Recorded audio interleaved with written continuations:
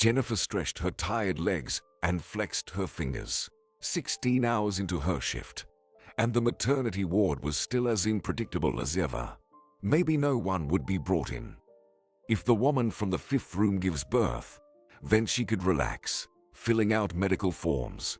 Perhaps she could even steal a short nap. Or perhaps several women would arrive at once, and Jennifer would have to dash between rooms, forgetting about sleep and rest. Yet amidst the chaos, Jennifer still loved her days. It was gratifying to feel like she was doing something truly important, welcoming people into this world. Yes, they wouldn't remember her face, but she remembered them all.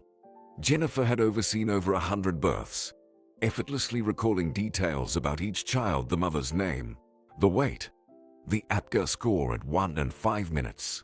She might forget her own schedule, her friend's birthday, or to buy bread on her way home, but every baby she held in her arms stayed with her.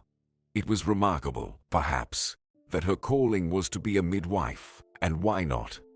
Her mother was a midwife, and so was her grandmother and great-grandmother, delivering babies in a remote village. Yet it seemed that Jennifer's line might end with her.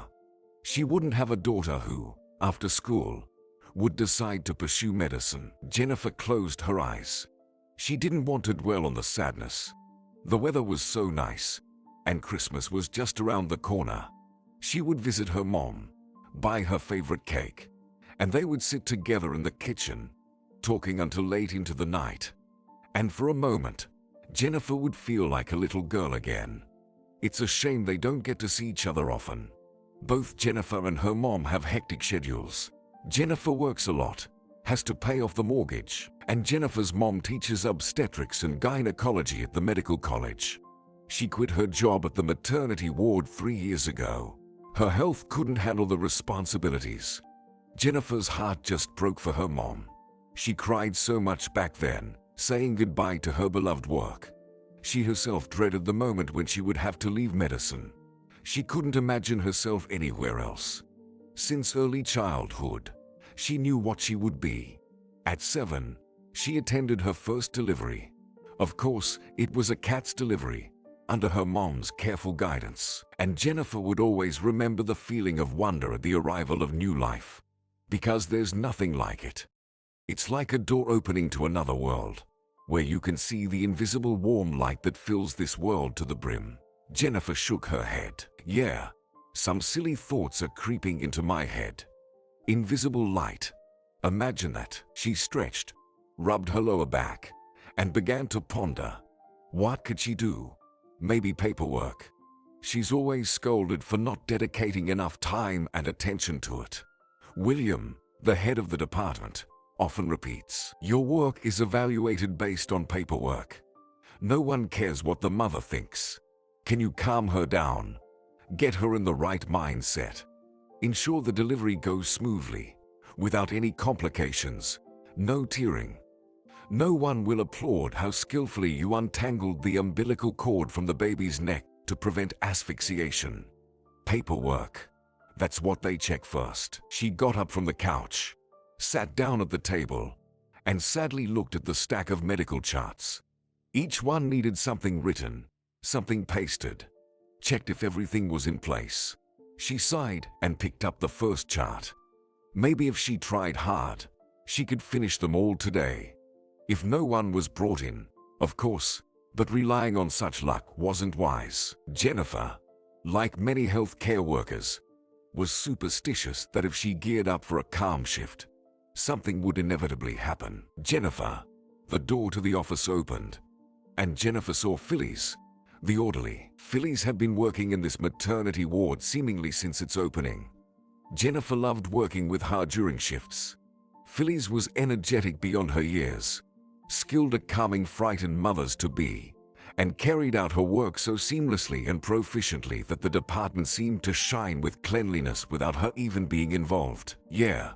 Jennifer smiled. "Jennifer, Dr. William is calling for you," Phyllis said. "I met him in the corridor. He's asking you to come in." "Why?" Jennifer asked. "Who knows?" Phyllis shrugged. "He looked grumpy." "Probably. Gladys complained about you again." Jennifer grimaced. Gladys was the second midwife on duty. For some reason, she had taken an instant dislike to Jennifer as soon as she joined the department. Gladys was a strict 40-year-old woman, with a taut demeanor and a perpetually dissatisfied expression. The laboring mothers were a little afraid of her. Gladys could shout, scare them. Jennifer avoided such methods. She believed that frightening women in labor was wrong. Adrenaline only interfered. On the contrary, it was necessary to relax, reassure them that everything would be fine, and prepare them for an easy delivery. They sometimes argued about this with Gladys. Gladys just snorted and said that Jennifer's methods only harmed the cause. In the past, maternity wards had order, Gladys repeated. Women were afraid. Midwives had more authority. They respected them. And now, at the slightest thing, complaints, complaints, complaints. And you indulge them. Massages, self-hypnosis, breathing.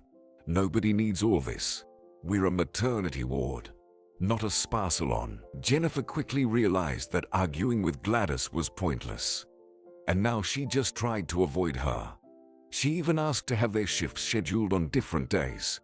But this time it didn't work out, and Gladys had already found something to complain about to the bosses. Well, it doesn't seem like there's anything to complain about, Jennifer sighed. There was just one delivery. The woman was already taken away, and then I cleaned everything up myself. Well, Gladys doesn't like you, Phyllis chuckled. She'll find something to nitpick about. Maybe you looked at her the wrong way. Be careful with her. I'm already being careful, Jennifer said wistfully, looking at the documents lying on the table. I just wanted to get some work done. Go on, Phyllis waved her hand. They'll scold you, and then come to me. We'll have some tea. God willing. No one will be brought in for delivery today. Jennifer wasn't afraid of Dr. William at all. He was the kindest person. No one had ever heard him raise his voice. Even his appearance was somewhat soft, round, with thinning hair always combed from left to right to cover the emerging bald spot. He treated Jennifer fairly well, but she still felt uneasy. She approached the office and timidly knocked. Come in, William said. Jennifer entered and stood in the center of the rug, hands behind her back, eyes lowered. You called for me? I did, William replied. Sit down. I'm going to scold you. Jennifer sank into the chair. And will you scold me severely? Very much so. William took off his glasses and carefully placed them on the table. Jennifer, it's been said that you're not showing proper respect towards patients. Is that true? Jennifer looked surprised at her boss. Me? I don't think so. There was just one delivery today. Everything went well. The baby is healthy, and the patient is fine. I was informed that during labor, you were telling jokes. Well, yes, that happened, Jennifer admitted. The woman asked if we had a shot to stop the delivery, so she could go home for another month. She was very anxious. So, I decided to lighten the mood. William looked intently at Jennifer. In general, as your superior, I demand that you refrain from telling jokes in the workplace, at least when Gladys is in the ward. Understood? Yes, understood. Jennifer chuckled. And I have one more small request for you. Yes, I'm listening. Yesterday, a woman gave birth here. William sighed. She wants to give up the child. Jennifer, could you talk to her? Her mood soured. Jennifer couldn't understand women who would abandon their babies. How could they? It's your child, your flesh and blood. A little vulnerable bundle. How could you go home and leave them all alone? In all the years she had worked here, there were only 3 such cases. She managed to convince the first 2 women to change their minds. Jennifer talked with both of them for several hours. One new mother had parted ways with the baby's father and wanted to get rid of any reminders of him. Jennifer immediately understood that she didn't actually want to leave the baby. She just found it too difficult to cope with the breakup. The second case was more complicated. The woman already had 2 children and feared that she and her husband wouldn't be able to handle a third. She wanted him to grow up in a wealthy family. And in the end, she also took the baby with her. Later, she called Jennifer and enthusiastically told her that shortly after her return from the maternity ward, her husband found a new job and now earns twice as much as before.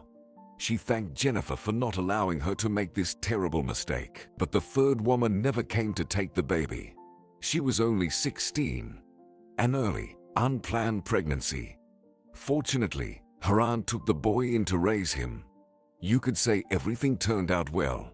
For some reason, William believed that Jennifer was the best negotiator.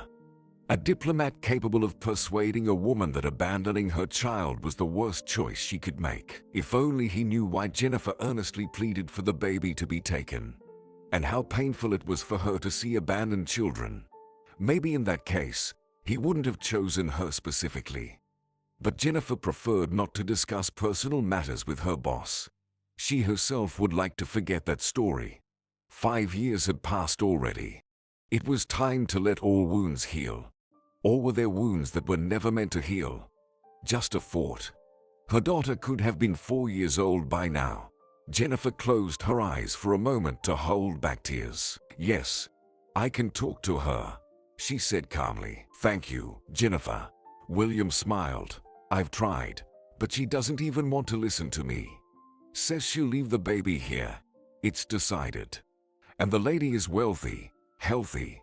What's going on with her? Is she in postpartum? Jennifer clarified. Yes. She wants to leave tomorrow. So go talk to her today, William said. On her way, Jennifer ran into Gladys. She pretended not to notice Jennifer. And Jennifer drank tea, sat for a while, looking out the window. She didn't want to talk to the woman who intended to sign away her baby.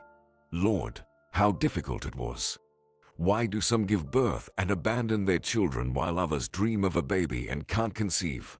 Or worse, lose their children. What could be more terrifying? The death of parents is horrible, but it's nature's way. Children are supposed to outlive their parents. But losing a child, that shouldn't happen. And Jennifer knew that perfectly well. She lost her daughter herself. And with her, the ability to become a mother in the future. Once upon a time, Jennifer dreamed of a big family. Her mother had 3 sisters. They all scattered to different cities, and all worked as midwives. Her mother often told Jennifer about their upbringing, how they gathered around the table in the evenings to tell each other about their day, how they celebrated birthdays. There wasn't much money in their family, but it was compensated with love, warmth, and mutual support. Jennifer's mother, Delilah, only gave birth to 1 child. That's how it turned out. She couldn't get pregnant for a long time, but she became a mother at the age of 40. Jennifer didn't know her father. At first, her mother lied to her, saying that her dad was a captain on a long voyage. And when Jennifer turned 13, Delilah confessed that she just met a man on vacation, where she went specifically to find a suitable father for her future child. Jennifer was shocked by this news. She didn't even talk to her mom for a few days. She was upset that she had lied to her. But then Jennifer forgave her mother.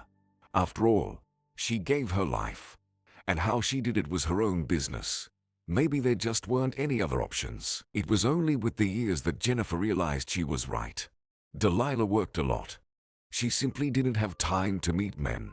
And her age. Few would agree to marry a 40-year-old woman, except perhaps some pensioner or widower. And it was far from certain that such a man would want to become a father. Delilah adored her daughter, gave her everything she could. As Jennifer grew up, she dreamed of giving her mother at least 2 grandchildren. And she herself wanted to have many children. Right after graduation, Jennifer met Vic, her future husband. They met at a friend's birthday party. Vic came with his former classmate. Jennifer immediately noticed him. He was a handsome, tall blonde, a bit shy and quiet. Nevertheless, they started talking and found out they had a lot in common. They both loved reading, enjoyed historical movies, and long walks around the city. Vic was already 27, 5 years older than Jennifer. The age difference seemed perfect to her. Besides, he had a good job. He worked as a manager in a large fuel company. A green light lit up inside Jennifer. It was time. Vic was the perfect husband candidate and a father figure for her future children. That evening, they exchanged phone numbers. Vic called the next day. They went to the movies. After the movie, he walked her home and suddenly confessed that he really liked her. Jennifer was on cloud nine. Could he be the one? But could it be that easy? It felt like she had known this person her whole life. But why should it be difficult? Perhaps movies and books were to blame. There, the heroes always faced countless obstacles on their way to happiness, which they heroically overcame to be together. Jennifer quickly realized she was in love with Vic, and he hinted that he wouldn't mind starting a family, considering her the perfect candidate for a wife. The only thing that bothered her was that he still lived with his mother, and Vic didn't plan to move out from her then. Once, Jennifer tried to start a conversation about the future and asked where he would live when they got married. There, he was surprised. "We have a great 3-bedroom apartment with your mom." She asked, "Yeah, why not?" He glanced at Jennifer and frowned. "What's wrong with that? I believe my wife should get along with my mom. If she doesn't like her, then what's the point of having such a wife?" The girl thought for a moment and agreed then. After all, Vic was right about something. There can be many women in a man's life, but only one mother. And what's the point of buying or renting an apartment when there is already a spacious, comfortable one? Vic's mother, Helena, didn't like Jennifer. She was convinced that her son deserved better. And Jennifer, she was just a midwife, without her own apartment and without a wealthy dowry. Of course, Helena didn't say it out loud, but Jennifer understood everything from her eyes. From the hints, Jennifer felt silly, absurd, and unattractive. After all, there wasn't much for her to boast about. She had almost no education. Sometimes she dreamed of going to university, but she realized that she would hardly manage both work and studies. Housing. She lived with her mom in a small 1-bedroom apartment in the residential area of the city. Appearance. Jennifer's appearance left much to be desired. She was short, with short legs. People considered her pretty, but nothing more. Just average. Helena, like all mothers, believed her son deserved the most beautiful wife in the world. Apparently, she saw the romance with Jennifer as a fling, hoping that soon her son would come to his senses and find a bride worthy of him. But Vic had no intention of changing his mind. It seemed he genuinely loved Jennifer and planned to marry her. 6 months after they met, Vic proposed to Jennifer. She said yes. Maybe the issue with Helena would resolve itself. After all, she would get used to it eventually. It was her son's choice, and Jennifer believed she would make Vic happy. They had a modest wedding, just a couple dozen guests. Helena was the only one dissatisfied. She kept saying she wished her son had a more luxurious wedding, with a fancy restaurant, limousines, a top-notch photographer, and loads of guests. And apparently, she blamed Jennifer for the wedding not turning out as she had dreamed. Delilah didn't like Helena from the start. She warned her daughter to be careful with her mother-in-law. "Maybe you should rent an apartment," Jennifer's mom asked. "I feel like this lady will cause you trouble. She looks at you like you're a flea." "Mom, come on. Really?" Jennifer laughed then. "She's not as bad as you think. She just really loves her son." "I understand," Delilah sighed. "But that love can play a nasty trick. Remember my words." And alas, Mom wasn't wrong. For the wedding, Helena gave the bride a small silver pendant in the shape of a heart with a big scratch on it. Jennifer briefly thought that Helena had personally made that scratch, trying to hint at something unpleasant. But the bride didn't attach any significance to it at the time. Jennifer was happy. She became Vic's wife. They would have children, a strong family, and Helena would eventually accept the daughter-in-law and, perhaps, even come to love her. But Vic's mother wasn't quick to love Jennifer. On the contrary, it seemed she hated her more and more. When Helena's friends came over, She didn't hesitate to tell them in front of Jennifer how annoyed she was with her future daughter-in-law. Remember Kira? Such a girl she was. Higher education, a lawyer, a beauty. Helen, you can't force yourself to love someone. Her friends argued, because one should think with the head on their shoulders. Helena replied. And there was also Katie. They dated for so long. I hoped Vic would marry her. And what happened in the end? Girls, he found Jennifer. Not a beauty. And what does she do for a living? Where does she spend her days? After such conversations, Jennifer would cry for a long time. Vic would comfort her, saying she was imagining things. In reality, his mother liked her. She just had a habit of saying whatever came to her mind. Well, there was Kira. And Katie was also in the past. Vic assured his wife, Jennifer, I love you. And no one else. Just you. Jennifer tried to be the perfect daughter-in-law. She cleaned the apartment until it sparkled. Cooked 3-course dinners that Helena carefully ignored. She bought gifts for her mother-in-law, but she would just stash them away on a distant shelf in the cupboard. Jennifer was especially hurt by Helena's attitude towards the food she cooked. Jennifer spent every weekend at the stove, preparing delicacies, while Helena demonstratively made sandwiches, not even touching her future daughter-in-law's dishes. Vic seemed to take everything in stride, repeating that his mom would definitely get used to Jennifer and grow to love her. And Jennifer waited with each passing day, losing hope that the miracle would eventually happen. One day, Jennifer had to leave work early because she had a terrible headache. Even the injection given by her colleague didn't help. Jennifer's vision darkened from the pain, and she felt like she was about to lose consciousness. The department head sent her home, advising her to rest. By 4 o'clock, Jennifer was at home. There, she found Helena, her husband, and some girl. The girl was incredibly beautiful. A tall blonde with neat makeup, dressed in a tight white dress.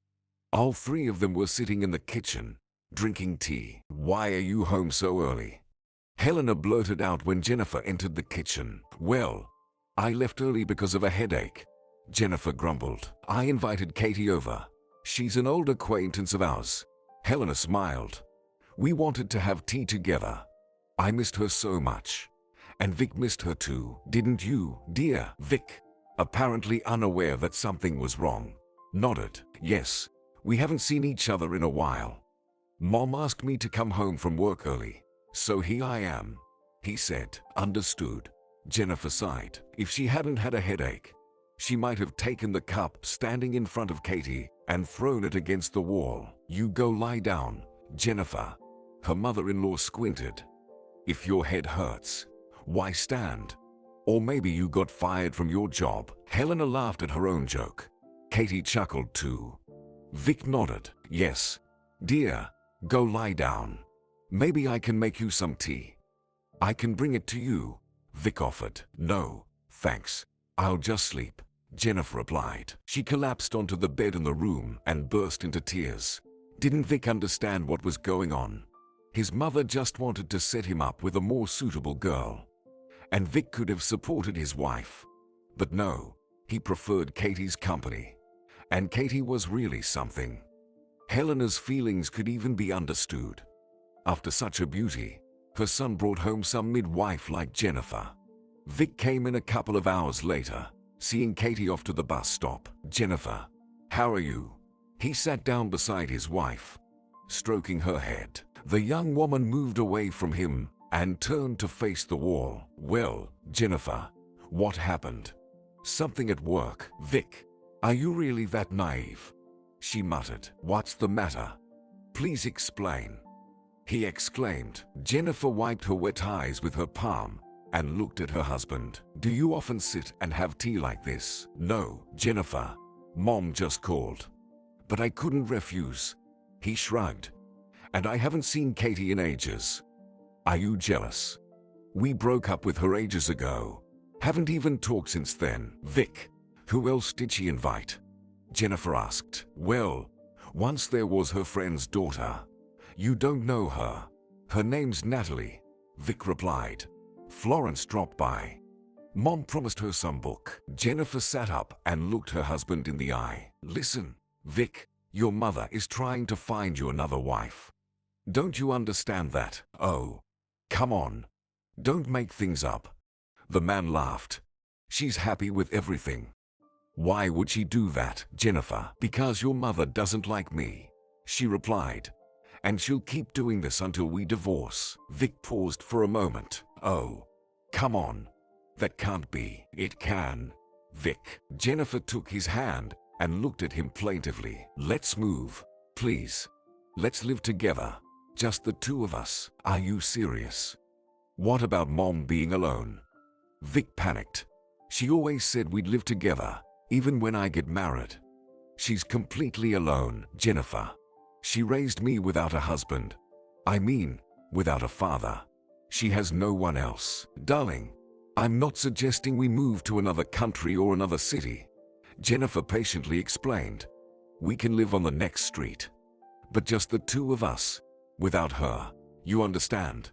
We're a family now, and we should live separately. Your mom is still a young woman.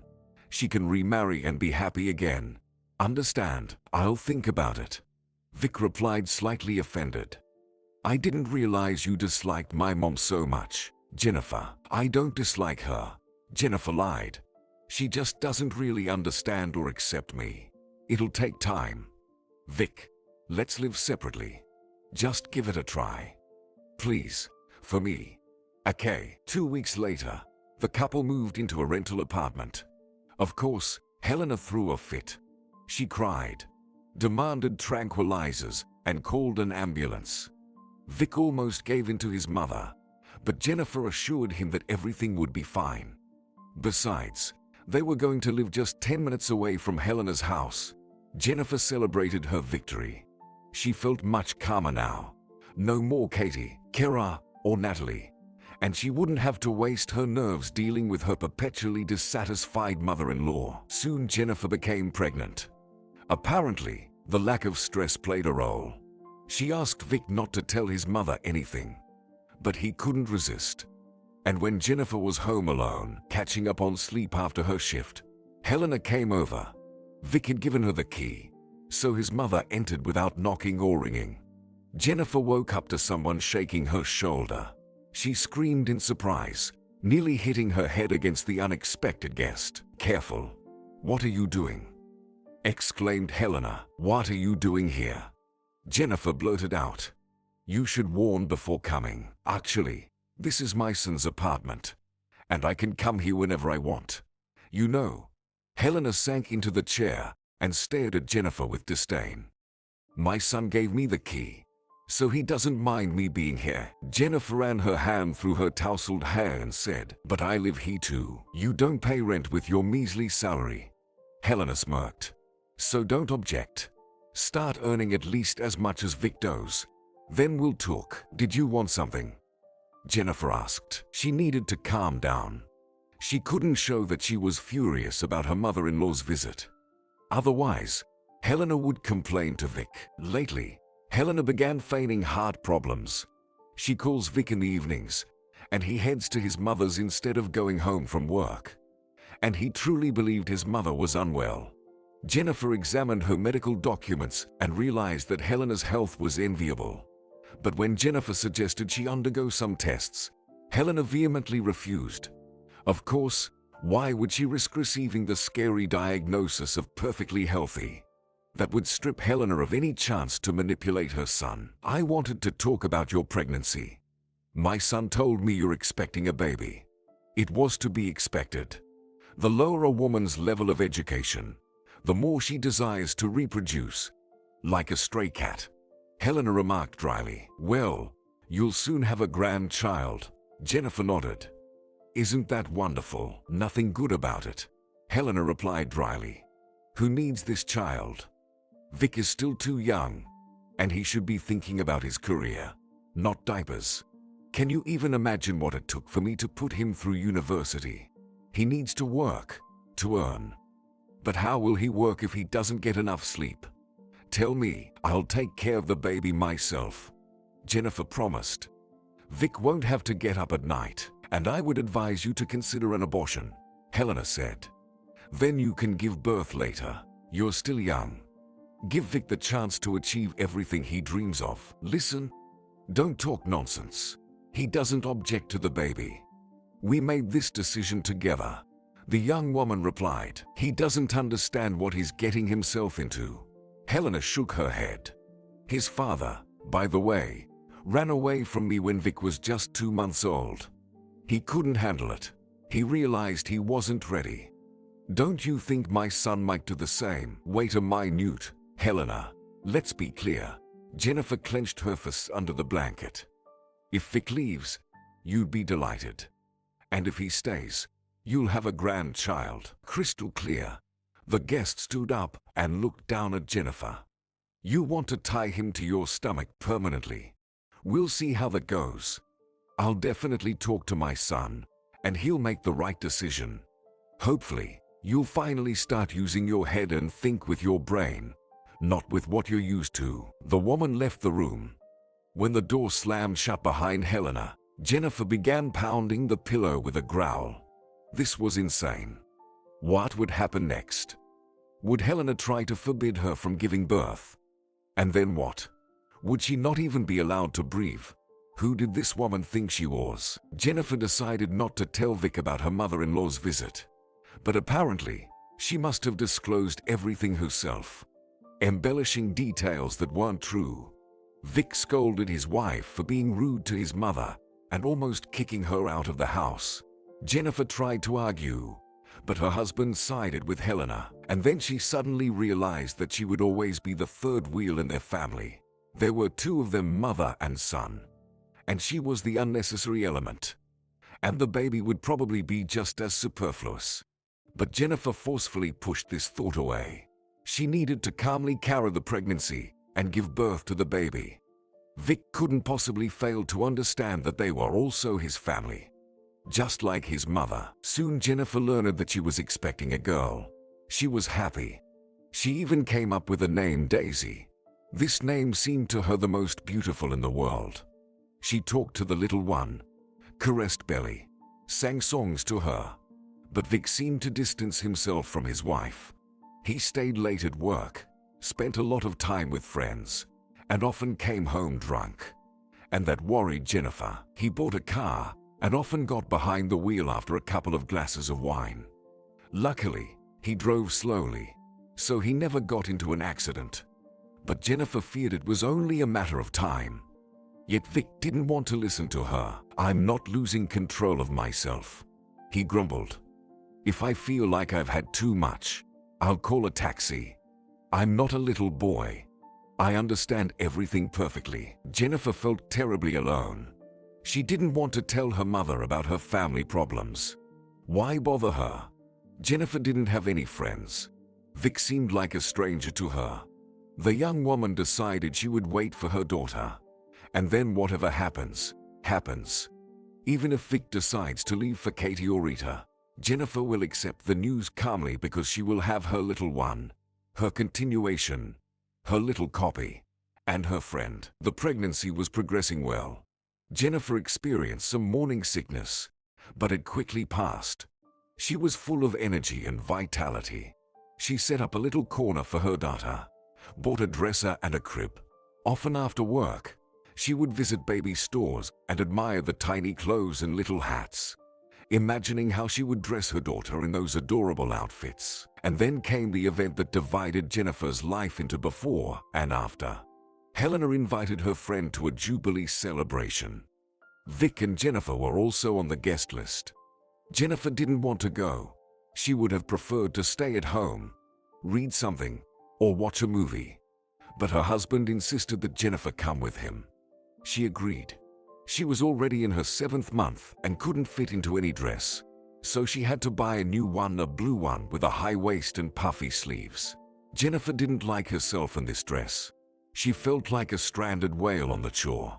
But she couldn't find a cheaper option. They arrived at the restaurant where the Jubilee was being celebrated. When Helena saw her daughter-in-law, she muttered, "You should watch your weight. You're a medic. How much have you gained?" "Within the normal range," Jennifer replied with a smile. Your noms seem a bit strange." Helena squinted, and then she smiled and loudly exclaimed, "Son, how glad I am to see you. You completely forgot about your mother. You only spend time with your wife." Jennifer felt like she had been plunged into cold water. Of course, she had to demonstrate to her friends that the daughter-in-law had taken her son away from his mother. In reality, Vic often visited his mom. Jennifer desperately wanted to go home, but she patiently waited for the evening to end. Vic had one too many drinks. When he poured himself another glass of wine, Jennifer cautiously placed her hand on his arm. "Darling, maybe that's enough. I'm not drunk," he snapped. "You better watch yourself." Jennifer didn't argue. It was his business. He wasn't a little boy anymore. The main thing was for him not to get behind the wheel. They would just take a taxi home. Of course, it was a pity to spend the money, but there was nothing else to do. They couldn't risk their lives. Finally, the guests began to disperse. "I'll call a taxi," Jennifer suggested. "No, let's go by car," Vic replied, swaying slightly. "Everything's fine. Are you out of your mind, Vic? You won't make it." Helena approached them. "Why are you yelling here? You're embarrassing me." Jennifer hoped that Helena would take her side for the first time in her life. You see, Vic had a little to drink. He shouldn't get behind the wheel. "Listen, he's fine. My son is not an alcoholic." "Right, son. You're okay, aren't you?" "Of course, I'm fine," Vic declared. "Jennifer just made something up about me." "As you wish. I'll call a taxi," Jennifer stated. "It's already late." "Are you crazy?" Helena grabbed the bride's hand. "You'll go with your husband. Make sure everything is okay." And Jennifer agreed. She just didn't want a scandal. Jennifer nodded and looked at Vic with his vacant eyes, a smile wandering across his face, and decided that as soon as Daisy was born, she would file for divorce and move back to her mother's. They would raise their daughter together. Anything was better than enduring Vic and his crazy mother. At that moment, Jennifer thought that she was agreeing with Helena and her husband for the last time. They stepped outside.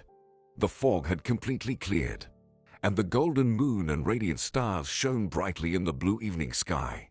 They drove along the empty road. Snow was falling. Jennifer looked out the window.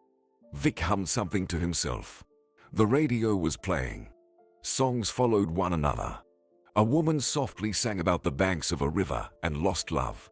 Jennifer relaxed and drifted off to sleep. And then the world turned upside down. The car skidded to the side. Vic was shouting something. Jennifer clung to her seatbelt as if it could somehow help. Then, a strong impact. Darkness followed. Later, in the hospital, Jennifer was told that Vic accidentally veered into oncoming traffic. She didn't even notice how it happened. When another car appeared in front of him, he sharply turned the wheel and veered off the road, crashing into a pole. But Jennifer didn't remember any of it. And she didn't even try to remember, because when she came to, she discovered that her belly was gone. Daisy was gone. She lost her baby.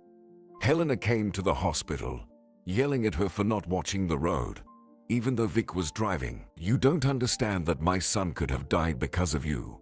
"Ha, listen. My daughter died. I almost died. This is entirely Vic's fault," Jennifer quietly replied. "Don't you care about any of this? You were supposed to watch. You were supposed to." Delilah, who had come on time, was kicked out of the room by Helena. That's when Jennifer told her mother everything. About her marriage, her relationship with her mother-in-law, about Vic's behavior. Jennifer cried, clinging to her mother, while she stroked her head and repeated, poor my girl. Why didn't you speak up? You know I'm always here for you, no matter what." Vic survived. He suffered a traumatic brain injury, underwent surgery, but his health was no longer in danger. After leaving the hospital, he went to his mother's. He didn't even bother talking to Jennifer. Apparently, Helena managed to convince her son that it was Jennifer's fault. The young woman filed for divorce and returned to her mother, disappointed, broken, crushed by grief. Her sorrow was twofold.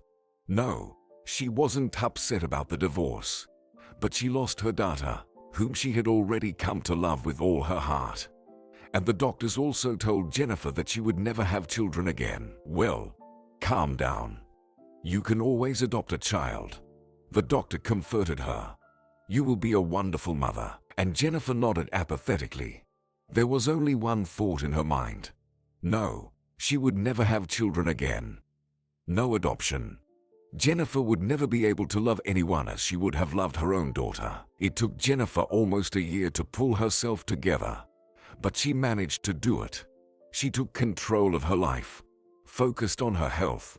She left her previous job, where they knew about what happened, and found a position at another hospital. Life gradually improved.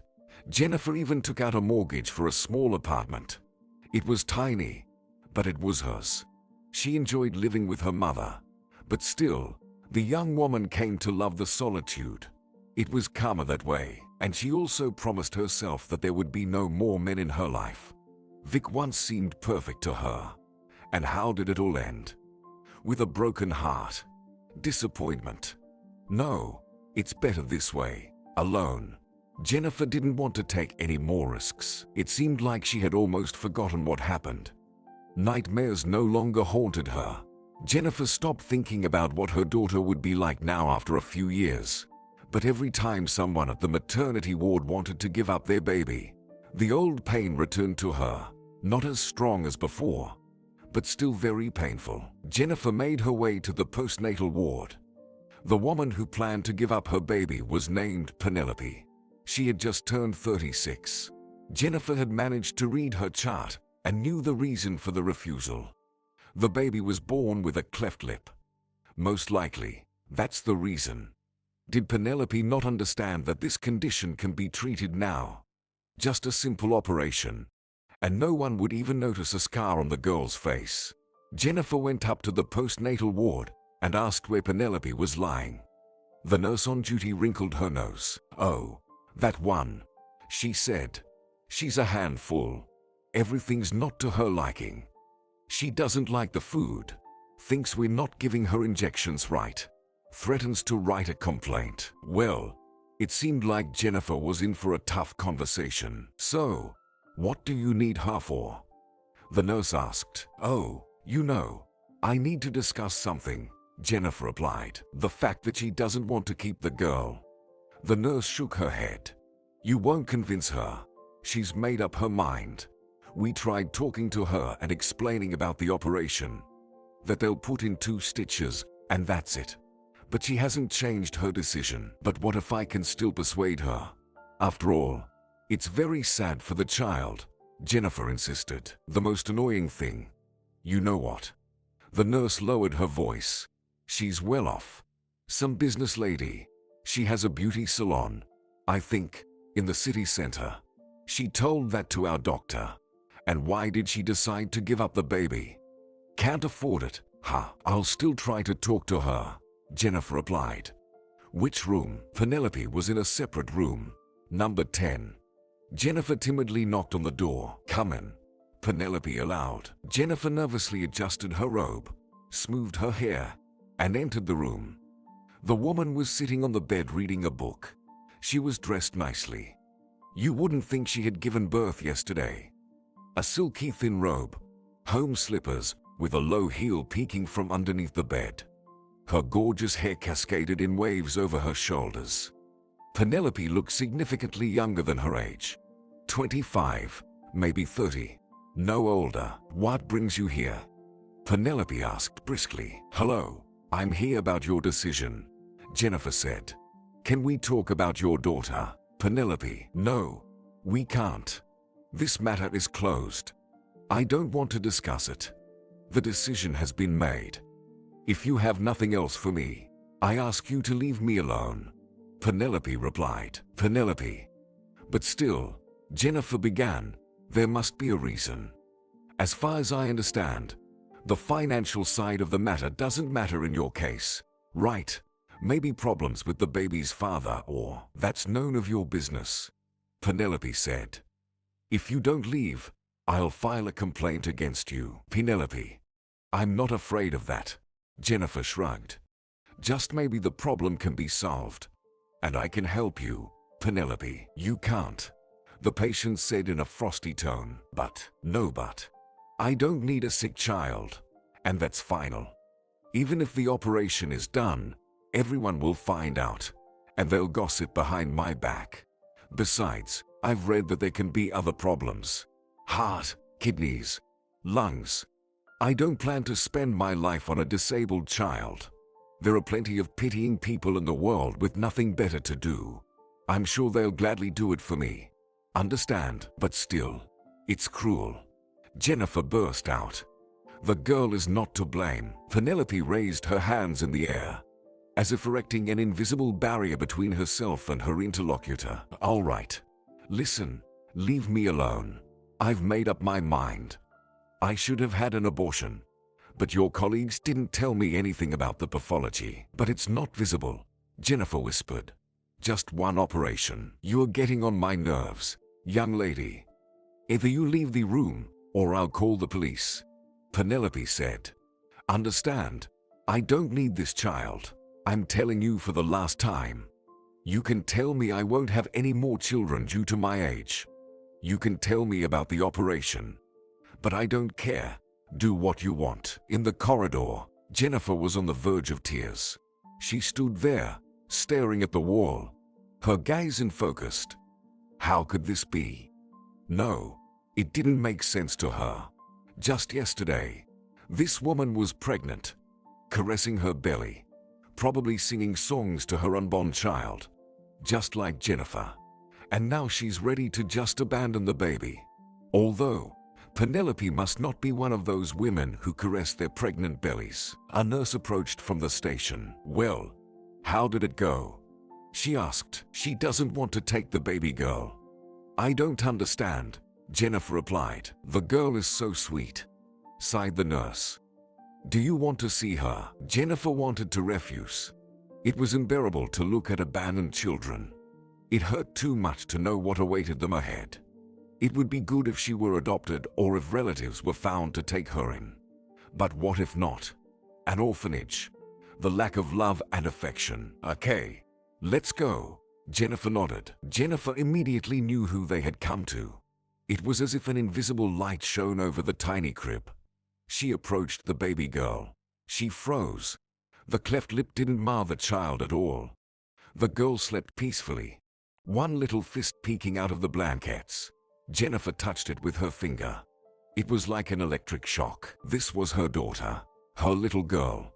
Not by blood, of course, but this was the child Jennifer had to take for herself. She had to, because she was her daughter. No, it wasn't the miraculously returned baby she had lost once. It's just that Jennifer suddenly, with frightening clarity, understood that she had to become this girl's mother. In her mind's eye, she saw a picture. A clearing in the forest. A sunny day. The buzz of bees is audible. Butterflies flutter over bright yellow flowers. Jennifer works across the clearing in a light dress, holding the hand of a 5-year-old girl. Mama, Mama, look at that butterfly. The girl cries out in excitement, pointing somewhere with her chubby finger. Yes, it's beautiful. Jennifer laughs in response, and suddenly, the picture vanished. The woman, not understanding what she was doing, gently stroked the baby's fist with her finger. Does she have any relatives who would like to take her? She asked, afraid to hear the affirmative answer. Of course, it would be good if someone took the girl. But at that moment, Jennifer felt like she simply wouldn't survive that fact. Penelope said there's no one. She has a mother, but she lives in another country. We contacted her, but she refused. The nurse pursed her lips. How could anyone abandon such a tiny creature? I don't understand. What about the father? Jennifer, still staring at the girl, asked. Her hair was dark. Maybe it would lighten over time. Or maybe it would stay the same. Jennifer thought about braiding those hair strands in a few years. We have his information. But Penelope said it's better not to tell him. He's unaware of the child. There's some complicated story between them. Do you think he should be informed? I need that information. I'll talk to him myself, Jennifer said. It was difficult for her to tear herself away from the girl. Jennifer's phone was already buzzing. William demanded that Jennifer return to her department. They probably brought someone in. She took down the baby girl's father's details and returned to her department. Jennifer, where have you been? William grumbled as he bumped into her in the corridor. A girl was brought in by ambulance. There's a breech presentation. The delivery lasted almost 5 hours. Jennifer stayed by the mother's side the whole time. And finally, a healthy and strong boy came into the world. Leaving the happy mother under the care of the nurses, Jennifer rushed to the head of the department. He needed to know what to do in such situations. Jennifer will name her Hope. Hope of her life. William listened to her story. Do you want to take her? The man asked. Yes, I do, Jennifer admitted. I really do, more than anything in the world. William, women. The head of the department sighed thoughtfully. I've heard about this. About women who travel to the other end of the country, or even the world, upon seeing a photo of an orphan. But this is my child. Jennifer helplessly shrugged. Understand? I just know it. And that's all. It will be difficult. William leaned back in his chair. You don't have a husband, do you? Have you paid off the mortgage? Not yet. She frowned. And why is that so important? Of course, it's important. Your living conditions are poor. You have a one-bedroom apartment, right? There won't be a separate room for the child. And you have no relation to this girl. You can try, of course, Jennifer. But if the operation is not complicated, and there are no other problems, she will be quickly taken away. There are queues for such children. And people with better conditions than yours take them, you understand? And they have higher salaries. Jennifer, think about it. Why do you need her? She's mine. Jennifer almost cried. Yes, he's right. He's right about everything. But it's just cruel. Jennifer has to take Hope. She has to bring her home because she's her mother. Maybe God decided it, or Hope's guardian angel. I understand everything. I can even write you a good recommendation if needed. William sighed. Just understand, my dear, that miracles don't happen. They're unlikely to give her to you. You can't just steal her. I can. Jennifer smiled weakly. Think it won't work. Listen, I'm not going to cover for you in that case. The boss replied, with feigned sternness. Jennifer, I'll talk to my contacts. But I can't promise you anything. Understand? And you don't have money to bribe anyone. As I understand. Right. Jennifer hung her head. I barely make ends meet with my salary, and yet you plan to take a child. He looked at her reproachfully. Think carefully. My mom will help me, Jennifer declared. The main thing is that she's legally mine. I'll wait. I'll think about it, the boss promised. But remember, I can't guarantee you anything. Keep that in mind. The rest of the shift passed quietly. Jennifer assisted with another birth before heading to see Hope. She watched the girl in fascination, even feeding her from the bottle. Fortunately, the baby ate on her own, avoiding any cleft palate issues. It turned out that Hope had dark gray eyes. Jennifer even had fleeting thoughts that she resembled her. But what to do now? She didn't want to go home. How could she leave Hope here alone? Jennifer felt like she was giving the baby up, but she was assured that the girl would stay there for at least 3 more days. Jennifer asked for better care for Hope while she was away, and then rushed to the bus stop. Sleep was the last thing on Jennifer's mind. She needed to think about what to do next. Jennifer didn't go home. Instead, she went to her mother's house. Delilah was off that day and was delighted to see her daughter. You look strange, Delilah noticed as she opened the door. Mom, we need to talk, Jennifer said. Jennifer kicked off her boots and hung her jacket on the coat rack. Something happened, Mom. You met someone, didn't you, daughter? Her mother smiled. Really? No. Mom, it's not like that. Jennifer grimaced. Still, her mom's concern was understandable. She wanted her daughter to sort out her personal life and ideally give her grandchildren. Delilah still hoped for a miracle.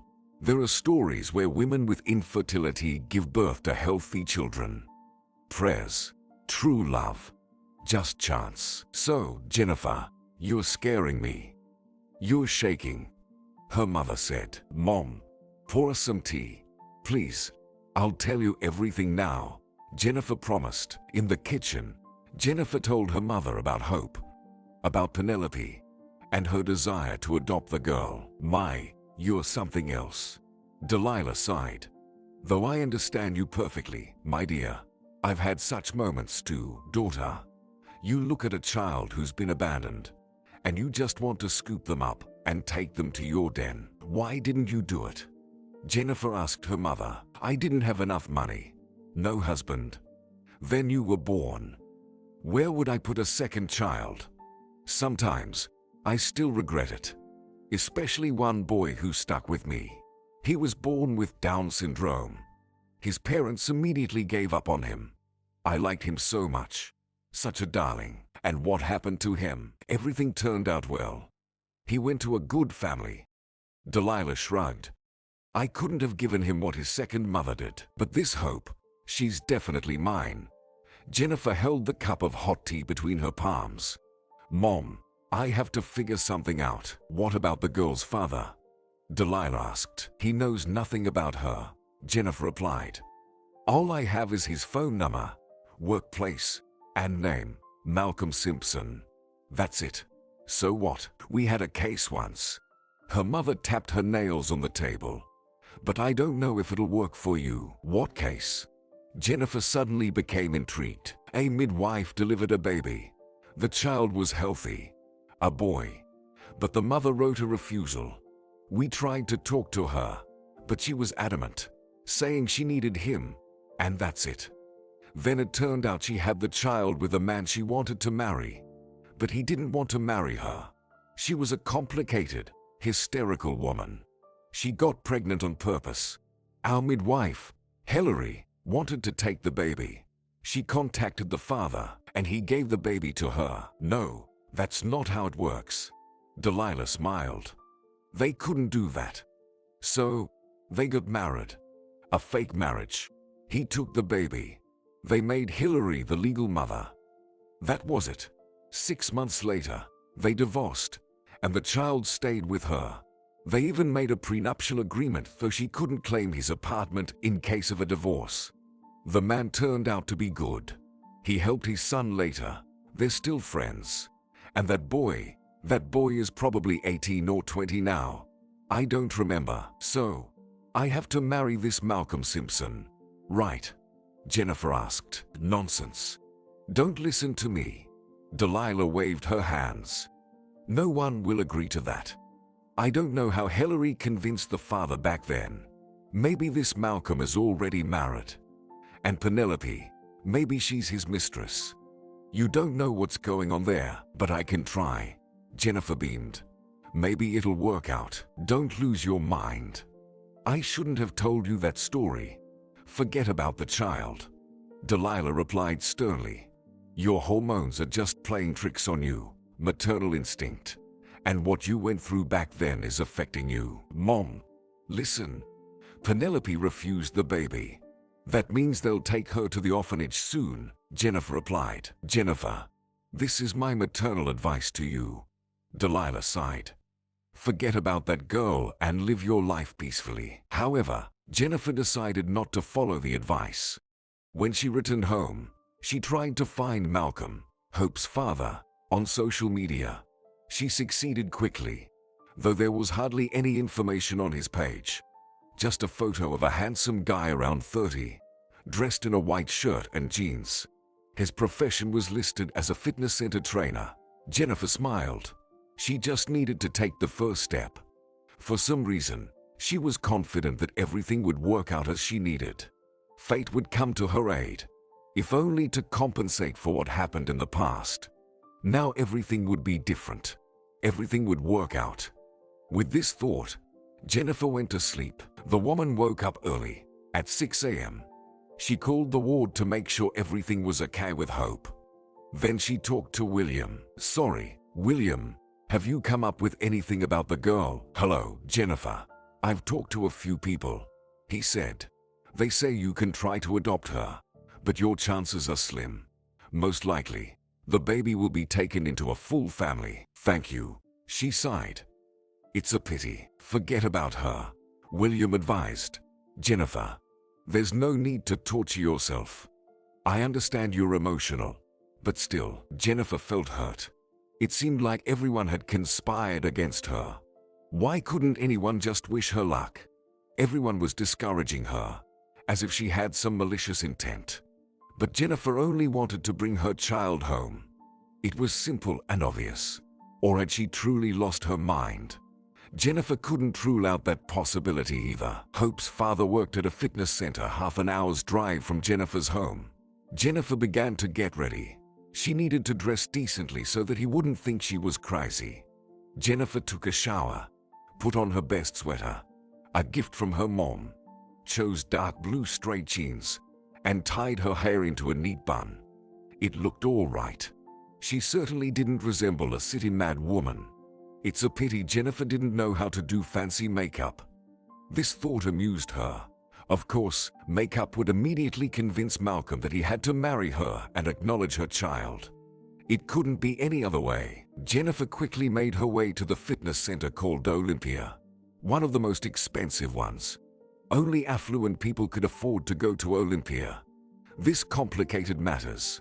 He probably wouldn't even talk to her. The young woman couldn't bring herself to enter. After all, it was a completely different life. A life she had never had access to, but her Hope's father was there. She needed to go find Malcolm. But Jennifer was scared. As long as she had hope, albeit meager and ephemeral, it still existed. But if he refused, then there would be no hope left. How would she live on, losing her first daughter, and then missing out on hope? There was a huge parking lot near the fitness center. Cars of office building employees parked here, located nearby. Jennifer watched as cars arrived and people got out of them. She felt herself starting to freeze. What was wrong with her? She just froze in place. Right now, when she needed to act. How many times had she had to make quick decisions during childbirth? And she never made a mistake. That's why William valued her. And now she was frozen, unable to make herself move from the spot. From one car emerged a woman in her 30s, wearing a long bright red coat. She took a few steps and collapsed. Jennifer jumped up and ran to her. Simultaneously, a man ran to her as well. Are you okay? Jennifer knelt beside the woman. Can I help you? The man squatted down. What's wrong with her? Unconscious. Yeah, seems like it, Jennifer said, gently shaking the woman's shoulder. She's breathing. We need to call an ambulance quickly. No need. The woman groaned, slowly regaining consciousness. Then let me help you up, Jennifer offered, extending her hand. The man immediately offered her his shoulder. The woman rose, swaying slightly. Is this your car? Jennifer asked. Yes, it is, the woman replied. She took out a remote from her pocket, opened the door, and sank into the seat. Despite the cold, her skin was pale, and sweat beads dotted her forehead. Have you eaten recently? Jennifer asked. The stranger looked at her in surprise. It seems like yesterday. I'm just on a diet trying to lose weight, she said barely audibly. Why? Jennifer said. You have a normal weight. Here, hold on a moment. She rummaged in her bag and pulled out a chocolate bar she kept in case she missed lunch at work. The woman took the chocolate bar and turned it in her hands. Glucose, she sighed. I avoid it. It's a real carb bomb. That's exactly what you need. Try it. You'll feel better right away, Jennifer said. The woman opened the chocolate bar with doubt. I haven't eaten this in ages. Are you sure it will help? Absolutely sure. Unexpectedly came the man's assistance. Only now did Jennifer manage to get a good look at him. A typical businessman, dressed in an expensive coat. A watch on his wrist worth as much as she earns in a year. Neat haircut, well-groomed beard, black-rimmed glasses on his nose. The woman smiled and took a bite of the chocolate, closing her eyes with pleasure. "I've just been forbidden from eating sweets," she complained. "They said I need to lose another 5 kilograms. "Absolutely not," Jennifer exclaimed. "Glucose is fuel for the body. What are you thinking? No car can run without fuel. These diets are evil. I'm telling you as a medic." The woman finished the chocolate, her face returning to a normal shade. "Thank you very much for your help. And what's your name?" "Jennifer. Pleasure to meet you. I'm Daphne." "So, where do you need to go, Daphne?" "Let me escort you," the man offered. "Yes, thank you." Apparently, like Jennifer, she had appreciated her helper. The woman fluttered her eyelashes and playfully extended her hand to him. "Please, escort me to my office on the 2nd floor." "Let's go. I'm Xavier." "And thank you." He turned to Jennifer. "You're great." They headed towards the office building. Jennifer glanced at the pair. She felt a little sad. Of course, everyone would notice a girl like Daphne. Perhaps if she proposed marriage to Malcolm, he wouldn't hesitate for a second. But Jennifer, she felt like a mouse. Gray, ordinary. The woman adjusted her jacket and headed to Olympia. It was time to act. Jennifer went up to the 2nd floor where the gym was located. Behind the counter stood a sweet girl in her 20s. She smiled at the visitor and asked a question. "Do you want to buy a membership? Our sales department is downstairs on the 1st floor. They can consult you and give you a tour of our center." No, thank you." Jennifer hesitated. "You see, I would like to speak with Malcolm Simpson." "Oh, and for what reason?" asked the girl, whose name, according to her badge, was Cynthia. "On a personal matter," Jennifer said quietly. Cynthia furrowed her thin eyebrows. "Can you be more specific?" Jennifer was angry with herself. Why hadn't she come up with a simple legend for why she needed Malcolm Simpson? She couldn't just tell the truth. "I need him to marry me urgently so I can take his daughter with me. I really need to talk to Malcolm Simpson." Jennifer sighed. "I can't say what it's about." "Well, then I won't be able to help you." Cynthia smiled tensely. "It's family," Jennifer insisted.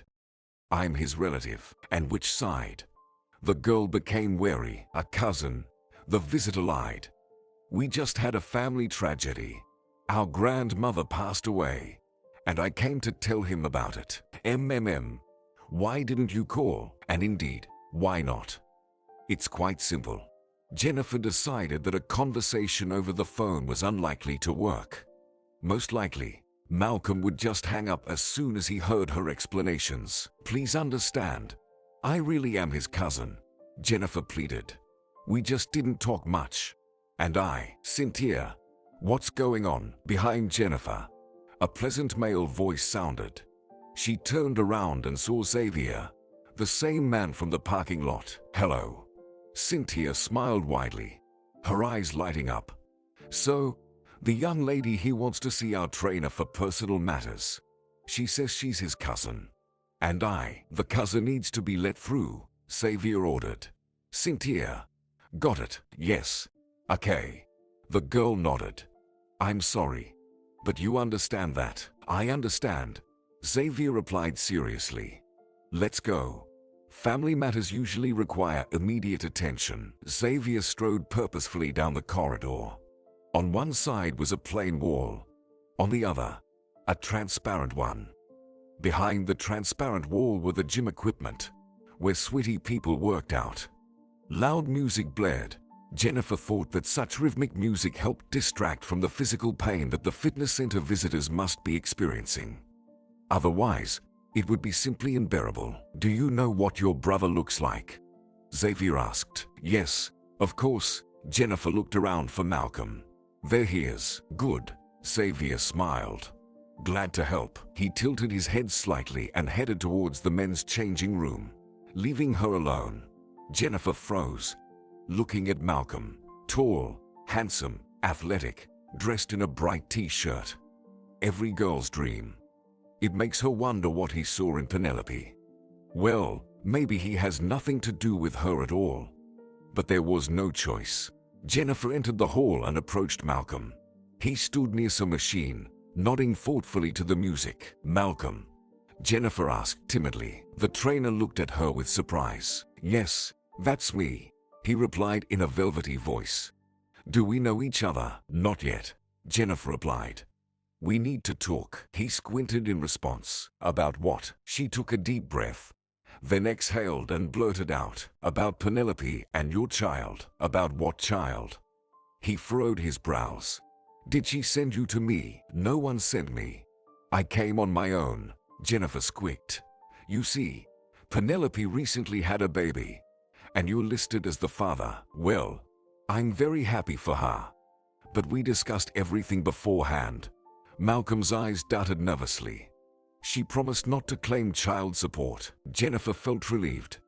It meant that he wasn't going to deny paternity. But how to lead into the main part of the conversation? "Malcolm, can we talk? It's very important. And it's better if it's just the two of us." "All right." He shrugged his broad shoulders. The coaching room should be empty now. They both walked out into the corridor. Malcolm nervously glanced at Jennifer. She already felt like this was the worst idea she could have come up with today. And what was she going to say to him? "Malcolm, could you marry me?" Fictitiously. Of course, nothing like that. And what would she offer him in return? Her body. Jennifer wasn't sure if she was ready for something like that, even for the sake of the little girl. Malcolm was attractive, sure, but there were still some boundaries. She didn't have money, and she didn't have family heirlooms. Her mom was right. She needed to get her head straight. They entered the coaching room. It was a spacious room with 3 sofas and 2 armchairs. 2 sofas were in the shade, and one was illuminated by a floor lamp. The coaching room was filled with pleasant, relaxing semi-darkness. Malcolm slouched into one of the armchairs, spreading his legs wide. And Jennifer timidly sat down on the edge of the sofa. "So, what did you want to tell me?" "Just remember, I'm not going to pay any child support," he said. "It's not about child support. Penelope gave birth to a girl and gave her up," Jennifer began. "What can I do about it?" Malcolm looked at her in surprise. "It happened accidentally. She wanted it herself. Said she wanted a child, and you agreed." Jennifer blurted out, "Why not?" He shrugged. "Penelope and I agreed that if pregnancy happened, she wouldn't ask anything from me. I saw her about 8 months ago for the last time." "What did you want?" "I don't understand. Do I have to take the child?" "Who are you anyway?" "Malcolm. I work at the maternity ward where Hope, Penelope's daughter, was born. Well, that is, your daughter too." Jennifer chose her words carefully. "I'm a midwife, and I want to take the girl with me." "What do you mean?" The fitness trainer was surprised. "You see, I want to adopt her, but there are difficulties," she explained. "I don't have a husband, and I don't have much money either. I'm not first in line for adoption, darling. They won't give me Hope." "Well, if they won't give her, then it's not meant to be." Malcolm sighed. "I sympathize with you. Is that all?" "No, it's not," Jennifer exclaimed. "You can help me." "How can I help?" Jennifer closed her eyes for a moment, then spoke firmly. "To help by entering into a sham marriage with me." "Malcolm." "Well, no," he laughed. "I'm seeing you for the first time in my life. And how could that possibly help at all? You're the father. They'll give you the child. We can legally establish my right to the girl. Then we'll divorce, and I'll take her with me. It's simple. It's just a formality." "Just a formality? Ha!" He raised his eyebrows. "I wasn't planning on getting married anytime soon. Especially not to a stranger. Honestly, I couldn't care less about Penelope or her child. Maybe it's not even mine." "You're just listed as the father," Jennifer said. "They'll give her to you. Understand?" "Wait. What if you decide you don't want the girl anymore, disappear, and leave the baby to me? By the way, what's her name?" "She doesn't have a name yet. I wanted to name her Hope, and I won't disappear." Jennifer promised. I'm begging you. What can I do to make you agree? Money. I'll try to get it. I don't need money. Malcolm stood up, signaling the end of the conversation. Goodbye, and thanks for the wonderful news that I've become a father. Please. Jennifer felt tears welling up in her eyes. But what did she expect? That he would immediately agree to her crazy plan. If she were in his shoes, she would probably have kicked him out too. Tell me, why do you want her? Malcolm asked. She's my child, Jennifer said. I'm ready to do anything, but I'll still refuse. Sorry, no need to apologize. A man rose from the couch in the shadows. Jennifer gasped in surprise. So, their conversation had witnesses. The man stretched and took a step. Xavier. Malcolm was surprised. What are you doing here? I dropped by to chat with you during lunch. Just lay down. Xavier sat across from Malcolm. Sorry, Jennifer. I should have let you know you weren't alone. I accidentally overheard your conversation. Malcolm, this is an excellent option. What excellent option? Have you lost your mind? No. But remember the conversation with your father, Xavier said. Or do I need to remind you? Jennifer shifted her gaze between Xavier and Malcolm, not understanding anything. You mean I should do as this? Malcolm grumbled. Jennifer reminded him. Do two things at once, Xavier said. Repair your relationship with your father and help the girl solve a difficult problem. I would even say, unsolvable without your involvement. That's me speaking as a lawyer. She's come up with everything correctly. And your father will definitely like her, especially after all your stories. Malcolm looked at Jennifer assessingly. She clasped her hands on her knees and stared into space, trying not to shake with excitement.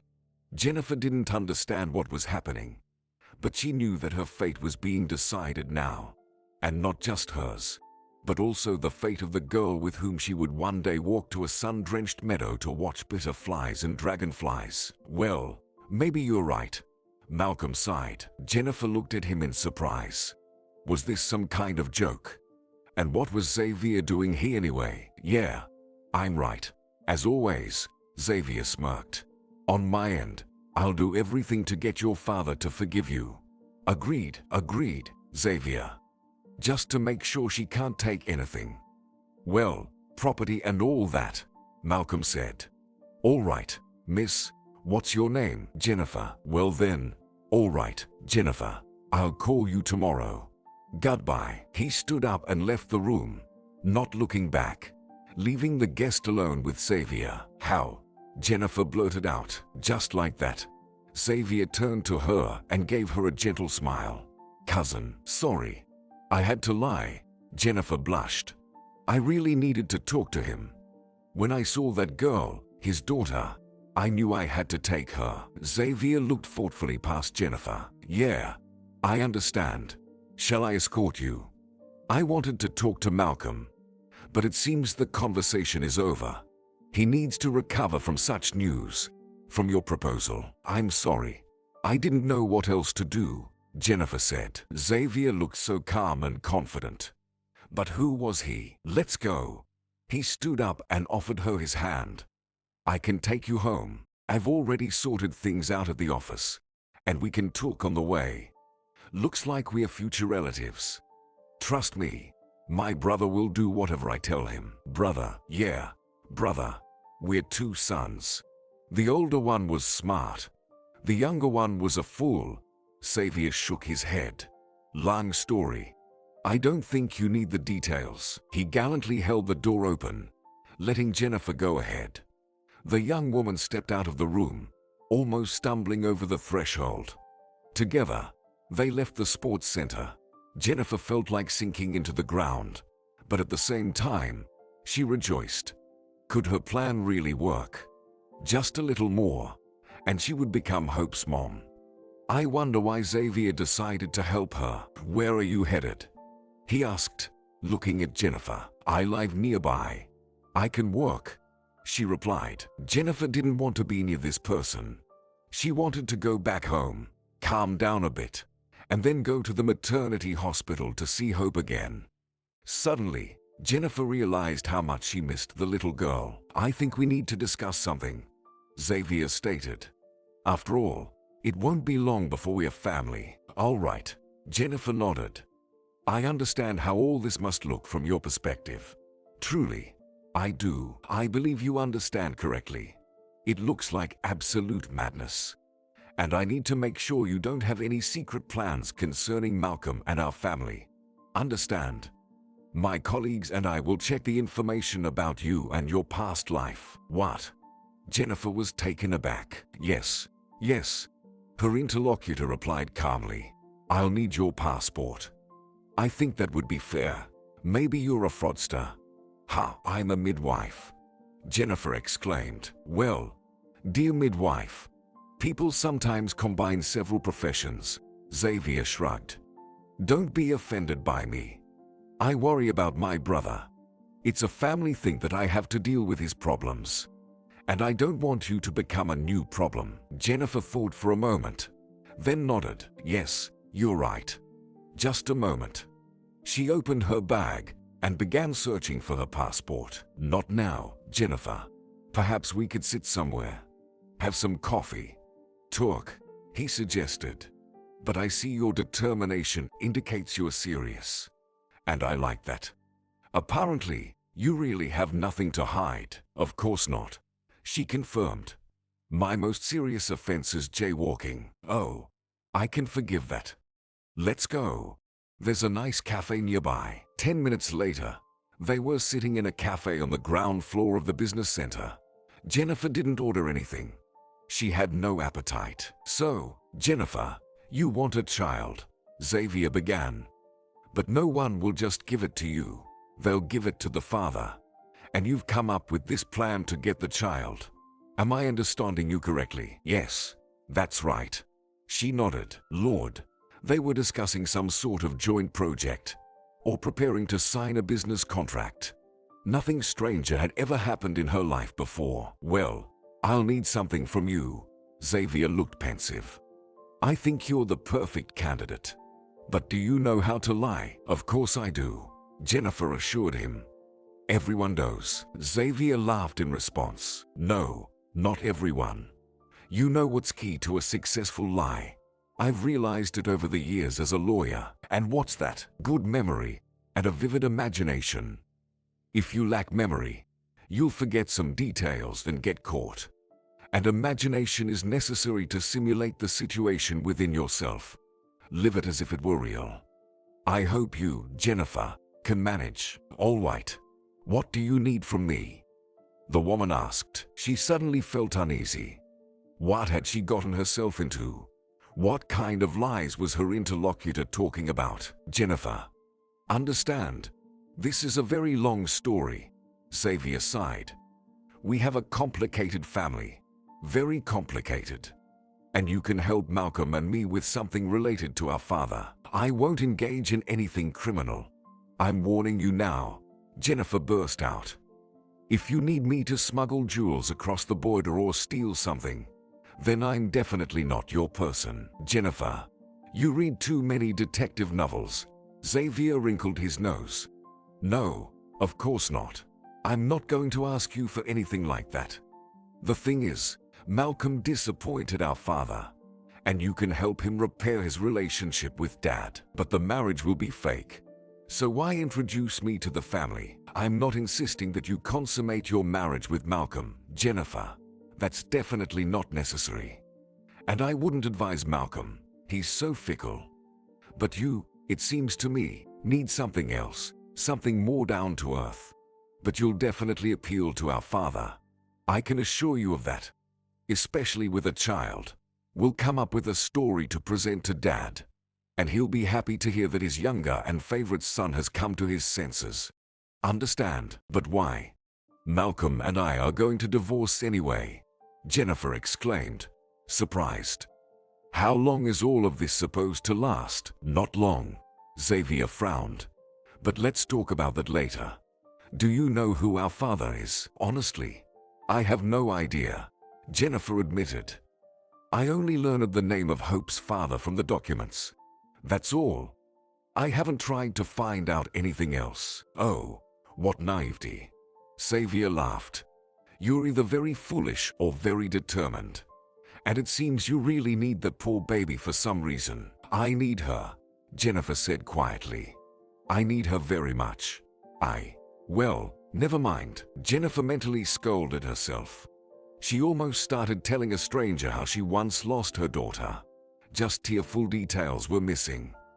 Let him think she's crazy instead. Well, then, let's have your passport, and we'll check you against our databases, demanded Xavier.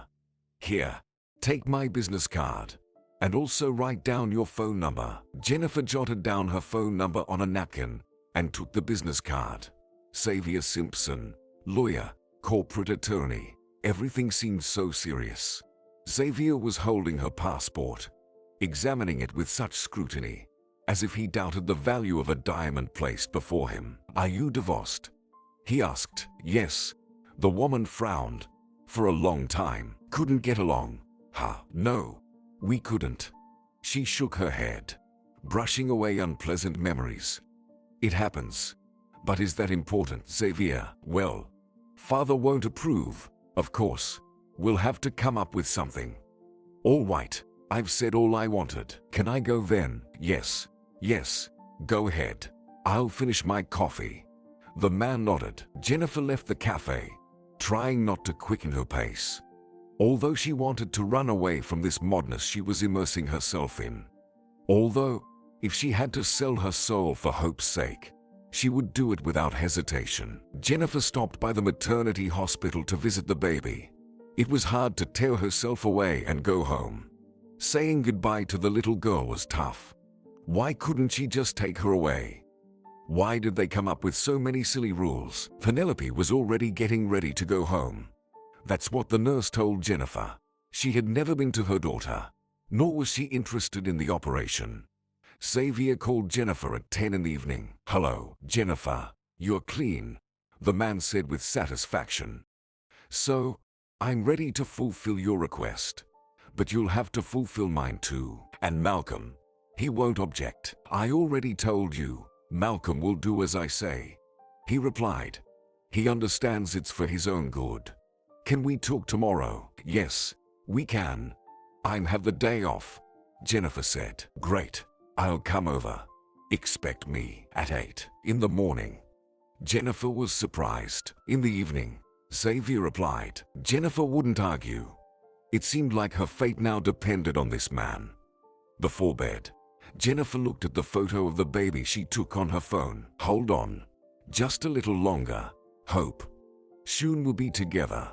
I'll be your official mom instead of Penelope. The next day, Xavier arrived at 8 in the evening, as promised. Taking off his coat, he glanced around the hallway. Are you going to live here with the child? Yes, Jennifer replied, a bit offended. And what about it? Well, the apartment is so-so. It's a one-bedroom, isn't it? Well, there's plenty of space. Jennifer pursed her lips. What's with the inspection anyway? Maybe you'll check the fridge too. I just thought that when you get divorced, there might be issues with this. After all, you'll be moving with the child to worse conditions. But never mind. The main thing is to draw up the contract properly. Tell me, where can I wash my hands? The bathroom is over there. Jennifer nodded. And go to the kitchen. After a couple of minutes, the guest was already sitting at the table, continuing to scrutinize the room critically. Yeah, I'm amazed by this layout. It's quite cramped here. I bought what I could afford. After all, I'm just a midwife. Don't forget, Jennifer retorted. Do you often have such impulses? Xavier asked. What impulses? I mean, the desire to adopt a child. They often refuse, don't they? Really? Jennifer frowned. Refusals are rare. And this desire arose for the first time. Is this an interrogation? Yes, it is. The man nodded calmly. What did you expect when you came to Malcolm with a request to marry you? I understand. Truly, I do, Jennifer conceded. I don't fully, said Xavier. After all, this child is a stranger to you. She's Malcolm's and someone named Penelope's. And yet, you're going crazy trying to take this hope away. You see, Xavier, it just happened. I just saw her and knew she was mine, Jennifer confessed. That's all, okay? I won't delve into the intricacies of your mysterious feminine soul. But let me tell you a bit about why your proposal benefits me. Believe me, if it weren't the case, I would have refused you immediately. I'll say a few words about our family. I think it's important for understanding. It turned out that Xavier was Malcolm's older brother. They had different mothers. Douglas divorced his first wife when Xavier was 5 years old. Then he remarried. Malcolm was born from the second marriage. However, the second marriage didn't bring happiness to Douglas either, leading to another divorce. Douglas managed to obtain custody of the children from his wives. It wasn't surprising. He was a wealthy businessman, dealing in metal sales. The man had connections and resources, and the wives didn't object to unloading the burden of children from their ex-husband.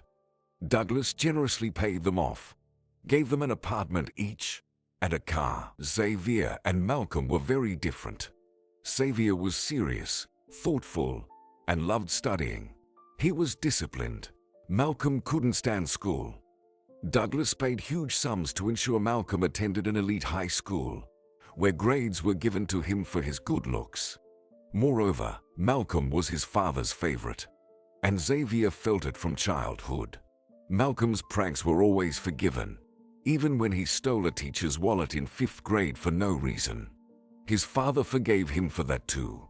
He even started giving Malcolm more pocket money to prevent him from wanting to steal again. The older, Xavier, could expect severe punishment even for getting a B on a difficult test, even if the other kids got C's. "I don't care how others did," Douglas would repeat. "What matters is what you got, my son. I know what you are capable of." So for the whole next week, you are deprived of your computer because you need to study harder. You can only achieve something if you work hard. Do you understand? And Xavier worked hard. He studied, trying to please his father. And Malcolm did nothing. He received grades and praise without exerting any effort. Xavier finished school and enrolled in university. He dreamed of becoming a lawyer. His father approved of his desire. However, Douglas insisted that Xavier become a corporate lawyer. "It'll be useful for me, and you'll learn much more," he said. As for Malcolm, he didn't quite understand what he wanted from life. He initially entered a drama school, but quickly left when he realized he wasn't the most talented in the class and wasn't receiving praises easily. Then he tried his hand at economics, but found it too complex and dull. Next, he attempted 2 years at the psychology faculty, but got expelled for skipping classes and attempting to bribe a professor. His father paid no attention to this, apparently satisfied with Xavier's achievements. He just loved Malcolm for who he was. As Xavier grew older, he began to understand why things turned out that way. His mother, whom Douglas didn't love, was from his college days, and their marriage fell apart after Douglas found success in business. He grew tired of his old wife and divorced her, hastily marrying Malcolm's mother, Mickey. Douglas adored Mickey, fulfilling her every whim, showering her with gifts, and regularly taking her on vacations abroad. But Mickey didn't appreciate his generosity and cheated on him with her personal driver. Then she left, abandoning Douglas and Malcolm. Douglas couldn't forgive her for the betrayal, but apparently he still loved her. And that's not surprising. Xavier had vague memories of his stepmother, but her appearance was etched in his memory. She was a tall, slender blonde with huge blue eyes. She could have been a queen of any runway if she wanted. As the years passed, Douglas came to realize that parting ways with his first wife, Xavier's mother, Olive, was a mistake. She was a cardiologist. After the divorce, she remarried a Belgian and moved to Bruges. Unlike Mickey, she regularly called and wrote to her son. Then she was gone. The cause of her death was cancer. Douglas took her passing very hard. He often spoke about Olive, repeating that divorcing her was his biggest mistake. Deep down, Xavier agreed with his father, but he never voiced it aloud. When Xavier turned 35 and Malcolm 30, their father married for the third time.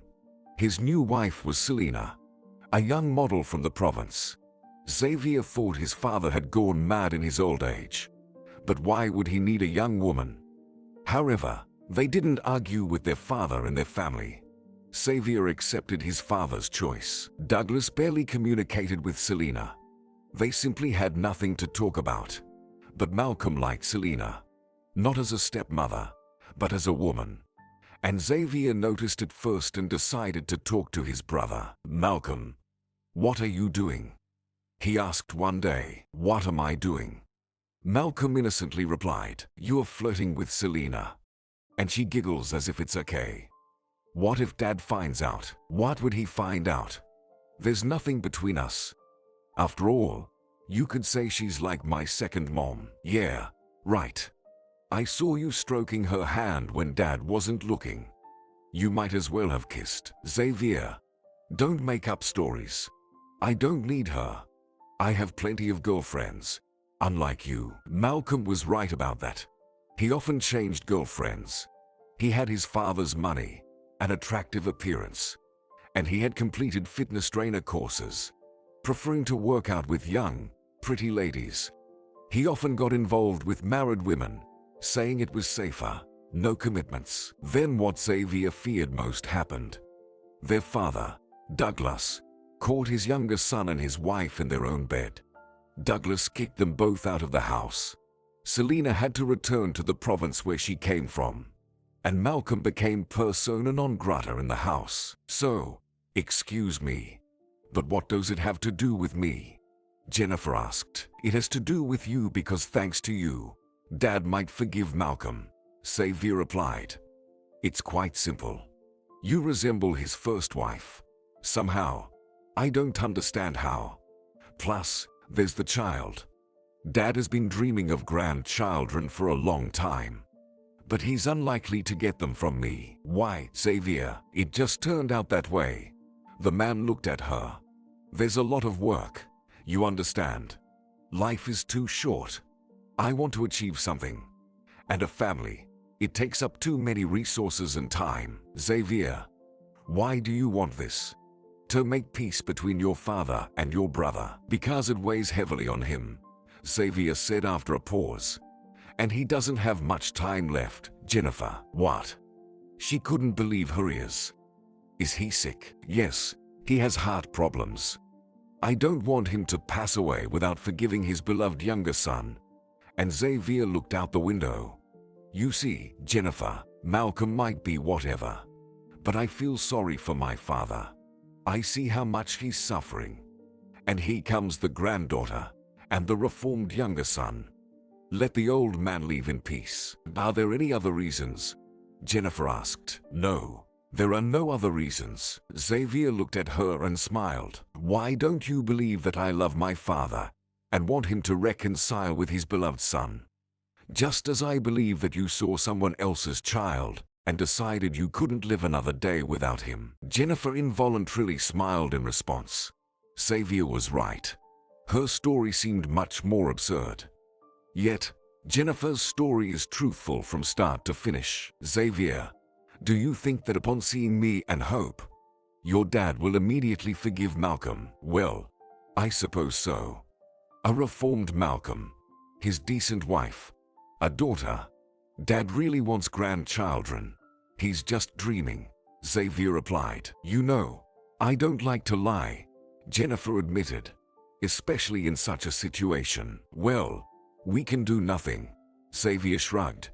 "But it seemed to me that you don't have any other chances." "Jennifer, I don't. Or rather, they're too few." "Will you show her to me?" Xavier unexpectedly asked. "Show the girl? Who else? The one you want to adopt?" "Yes, sure. Just a moment." Jennifer opened the photo on her phone. "Here, take a look." Cleft lip," Xavier commented. "Is the operation scheduled?" "Not yet. Soon." Jennifer absent-mindedly traced her finger over the photograph and smiled. "I wish she were here now. Almost there." just a little bit left.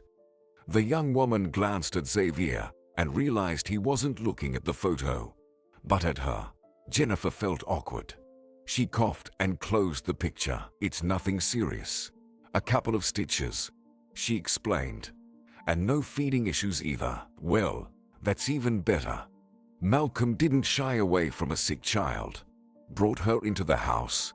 Xavier adjusted his sweater collar and stroked his beard. Honestly, she's a cute girl. Somehow resembles you. Yeah, they're all the same at this age. Jennifer laughed. But not yet, though. Okay, never mind. Penelope, of course, is amazing. Ideal woman. Ideal life. But the child isn't ideal. Do you know this Penelope? I've seen her a few times. Even warned Malcolm once not to get involved with her. She's a shark.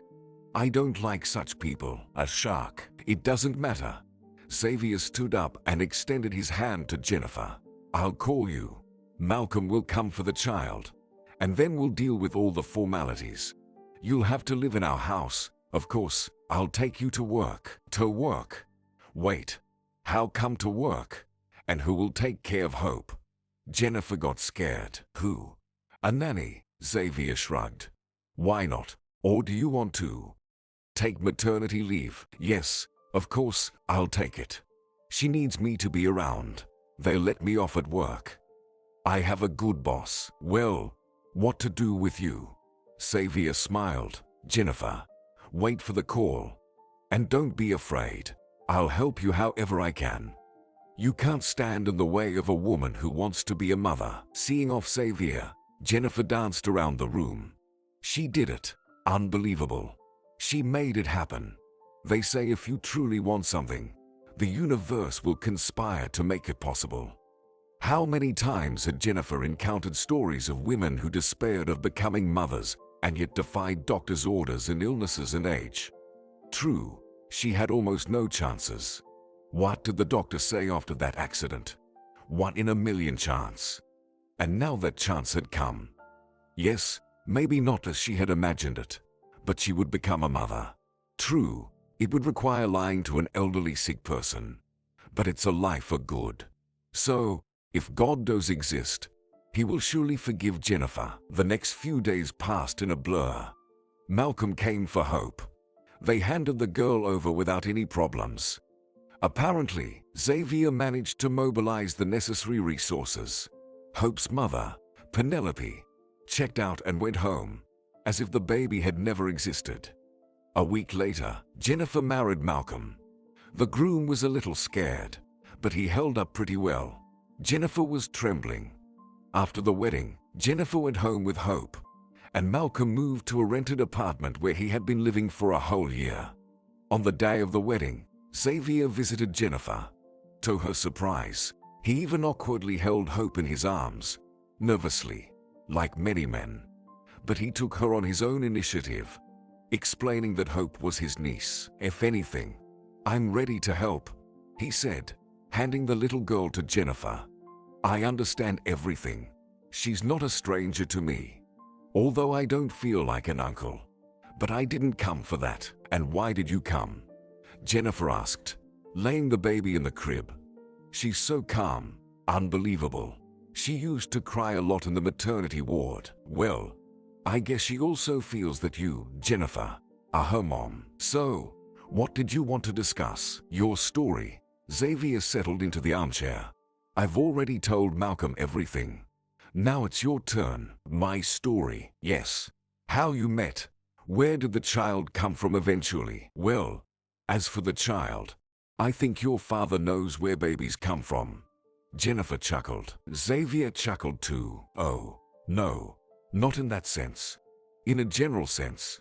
You and Malcolm met at the gym. You went there because you were given a membership. He noticed you when you helped a woman who felt unwell. She came to the workout hungry. That's how you met, and a romance blossomed with me. Jennifer wrinkled her nose. I don't think I'm his type. Well, he realized that the inner world is more important. So, I only have an inner world. Ha! And outwardly, I'm not capable of attracting the attention of such a man. Jennifer feigned offense. "Oh no. Come on." Xavier was alarmed. "We need to come up with some legend." Jennifer laughed, and Xavier realized she was joking. "And then you got pregnant. Hope was born. You decided to get married. That's it." "Well, I can't say this story is realistic."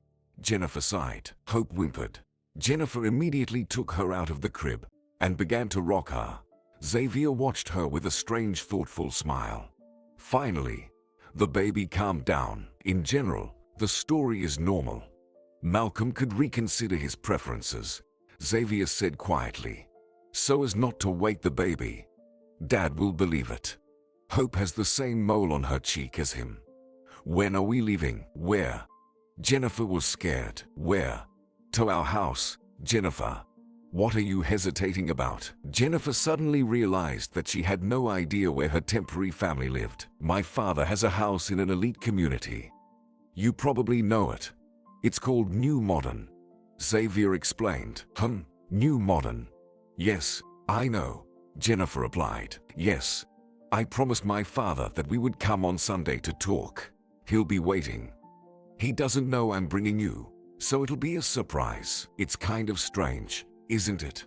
Jennifer remarked. "It's all fine. Everything will work out. And if not, the little one will stay with you anyway. Trust me, Malcolm doesn't need her. And Penelope probably won't want to be a mother either." Jennifer took a month off. William approved it calmly and without reproach. The next few days passed in a haze. She got used to Hope, and Hope got used to her. Jennifer realized that it wasn't over yet, and it was too early to celebrate. But nonetheless, the woman was happy. She bathed the girl, fed her from the bottle, changed her diapers, sang songs, and tried not to think about what would happen next. Malcolm showed no interest in the girl at all.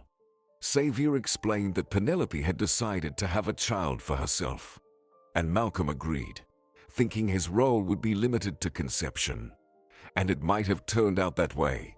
But Penelope suddenly changed her mind. And when Jennifer saw the baby, she decided to take her. On Friday evening, Xavier came for Jennifer. She was terribly nervous, feeling like she had forgotten something important, or that she wouldn't be able to handle her role and would say something that would allow Douglas to expose their deception. But Xavier was completely calm, even taking care of the car seat. "So, what about Malcolm?" she asked, settling into Xavier's car. "He's coming in his own car too," Xavier replied. "Father won't notice. He hardly ever leaves his room now." "Oh, by the way, how is your dad?" "Heart failure." Xavier looked grimly at Jennifer. "They say he has 3 months left. Or 2. Well, a little time. And then, let's just say, we'll terminate our contract." "That's very sad," Jennifer said. "I'm very sorry for you." "Well, that's life. Someone dies. Someone is born. That's life," the man replied. His calmness surprised Jennifer. After all, it was his father they were talking about. But then again, someone else's soul. An uncharted territory. They drove in silence towards Douglas's house. They only stopped once. Hope woke up and started to fuss, so Jennifer had to feed her. "Don't you regret it?" Xavier asked, watching Jennifer fussing with the bottle. "Well, of course not," she replied. "I don't even understand what this is. I saw her, and it was like a bolt of lightning struck me." "Why don't you have your own children?" "That's an insensitive question." She frowned. "Sorry, I was just curious. I mean, you do love children." Finally, they arrived at the gated community. Douglas lived in a 2-story house straight out of an elite housing catalog. Snow-white walls, a snow-covered garden, elongated windows. Such houses are only built to order and only for wealthy people. A thought flickered through Jennifer's mind. What is she getting herself into? Why? What if her mother was right? What if their deception is uncovered? How much do they give for a fake marriage? Do they imprison or just fine? She'd have to ask Xavier. "All right, Malcolm has arrived. He's sitting in the car. Let's go." Xavier said. He helped Jennifer out of the car and extracted Hope from the car seat. Malcolm got out of his car, noticing his brother and wife, and greeted them. Hey, he pulled Jennifer towards him and kissed her on the cheek.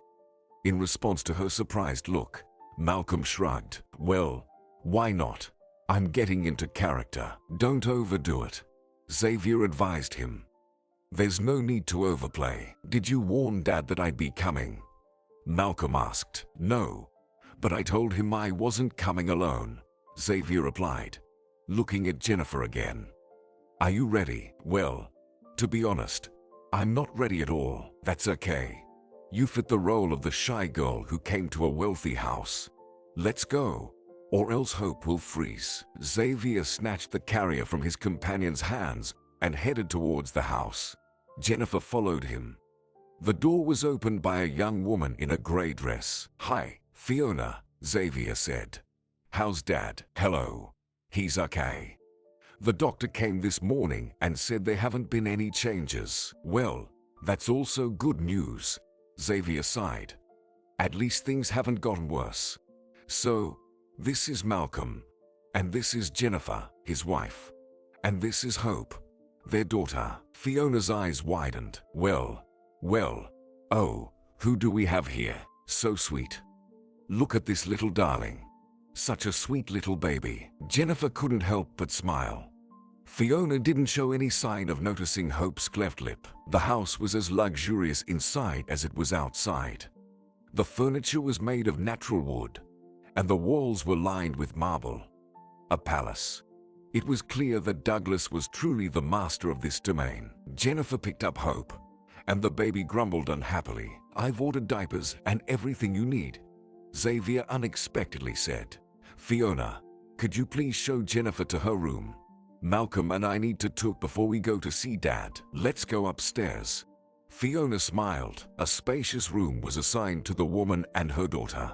There was even a dresser for baby clothes and a changing table. Well, Jennifer exclaimed in surprise. Yes, Xavier arranged it. Fiona nodded. He's a good person. He cares about his niece. Your husband is a bit absent-minded. And how long have you been working here? Jennifer asked. Oh, for a long time. Almost 10 years. Fiona approached Jennifer and gently stroked Hope's head. I love children. I have 2 of my own. My oldest is about to finish college.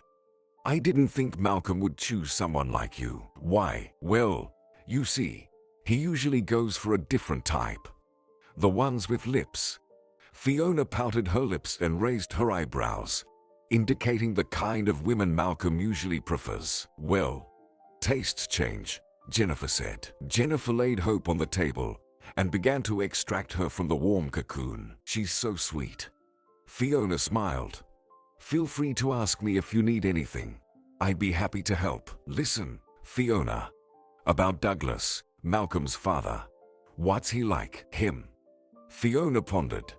Well, he's not a bad person. Very strict. Once he decides something, he won't change his mind for anything. So it's better if he likes you from the start. I hope he'll make amends with Malcolm. Malcolm seems to have softened, after all, and a granddaughter will melt Douglas's heart. Fiona winked. So don't worry. All right, I'll leave you to it. Jennifer changed the baby's clothes and settled with her on the couch. She pondered about the operation. It would be done when Hope turned 3 months old. Poor thing. She'll have to undergo anesthesia, then recovery. It's good she'll forget about it when she grows up. I wonder what she'll be like. There was a knock on the door. Yes. Come in. Xavier entered the room. Let's go see Dad. Time to meet the father-in-law, so to speak. I'm nervous, Jennifer admitted. What if he kicks us out? Oh, come on. I don't think so. Xavier approached and stroked Hope's head. After all, he loves Malcolm in the end. He'll seize the opportunity to reconcile. There was a hint of jealousy in Xavier's voice, and Jennifer felt sorry for him. A successful, wealthy man feeling unhappy. Xavier must be very lonely. Are you going like that? He asked. Any trace of sympathy vanished. What's wrong with him? She was wearing a perfectly decent sweater and jeans. Almost new, actually. Bought just a year ago. What's wrong? Jennifer asked. Change your clothes. Do you have a dress? Yes, I do. Give me 5 minutes. He nodded and left. Did you hear that? Change your clothes. Jennifer complained to her daughter. Jennifer's dress was simple. Woolen, knee length, knitted with bulky braids. She knitted it herself last year. Jennifer changed and looked at herself in the mirror. Not bad at all. Just one thing was missing. She let her bun loose. Her hair fell onto her shoulders. Jennifer's hair was thick, chestnut, slightly curly. It turned out quite nicely. Xavier was waiting for her in the corridor. Seeing Jennifer, he smiled. Looks good. Cozy, he said. And where's Malcolm? My little brother is with Dad. Sent him to talk. Hope he finally decided to go into his room. Xavier frowned. Otherwise, he's behaving like a child. They went downstairs. Jennifer looked around. Yes, the homeowner definitely knows how to create understated luxury. Would she like to live in such an environment? Jennifer decided she would, but she would take a long time to get used to it after her tiny apartment. Xavier approached one of the doors, unexpectedly winked at Jennifer, and knocked. Then, without waiting for an answer, he entered. The woman followed him. Jennifer found herself in a spacious room.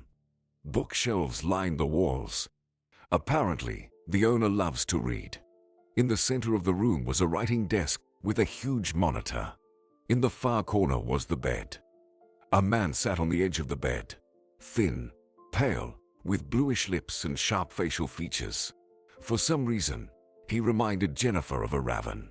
Malcolm was sitting on a chair next to the bed, hunched over. Father, this is Jennifer, Malcolm's wife. And this is Hope, their daughter, Xavier said. The elderly man weakly smiled. Unexpected news and pleasant. Can you come closer? Xavier nudged Jennifer forward. She hesitantly approached Douglas. Hello, and let me see the granddaughter. I'm curious, Douglas said. Jennifer thought at least she wouldn't have to lie. Indeed, it's his granddaughter. And what difference does it make that she's not her real mother?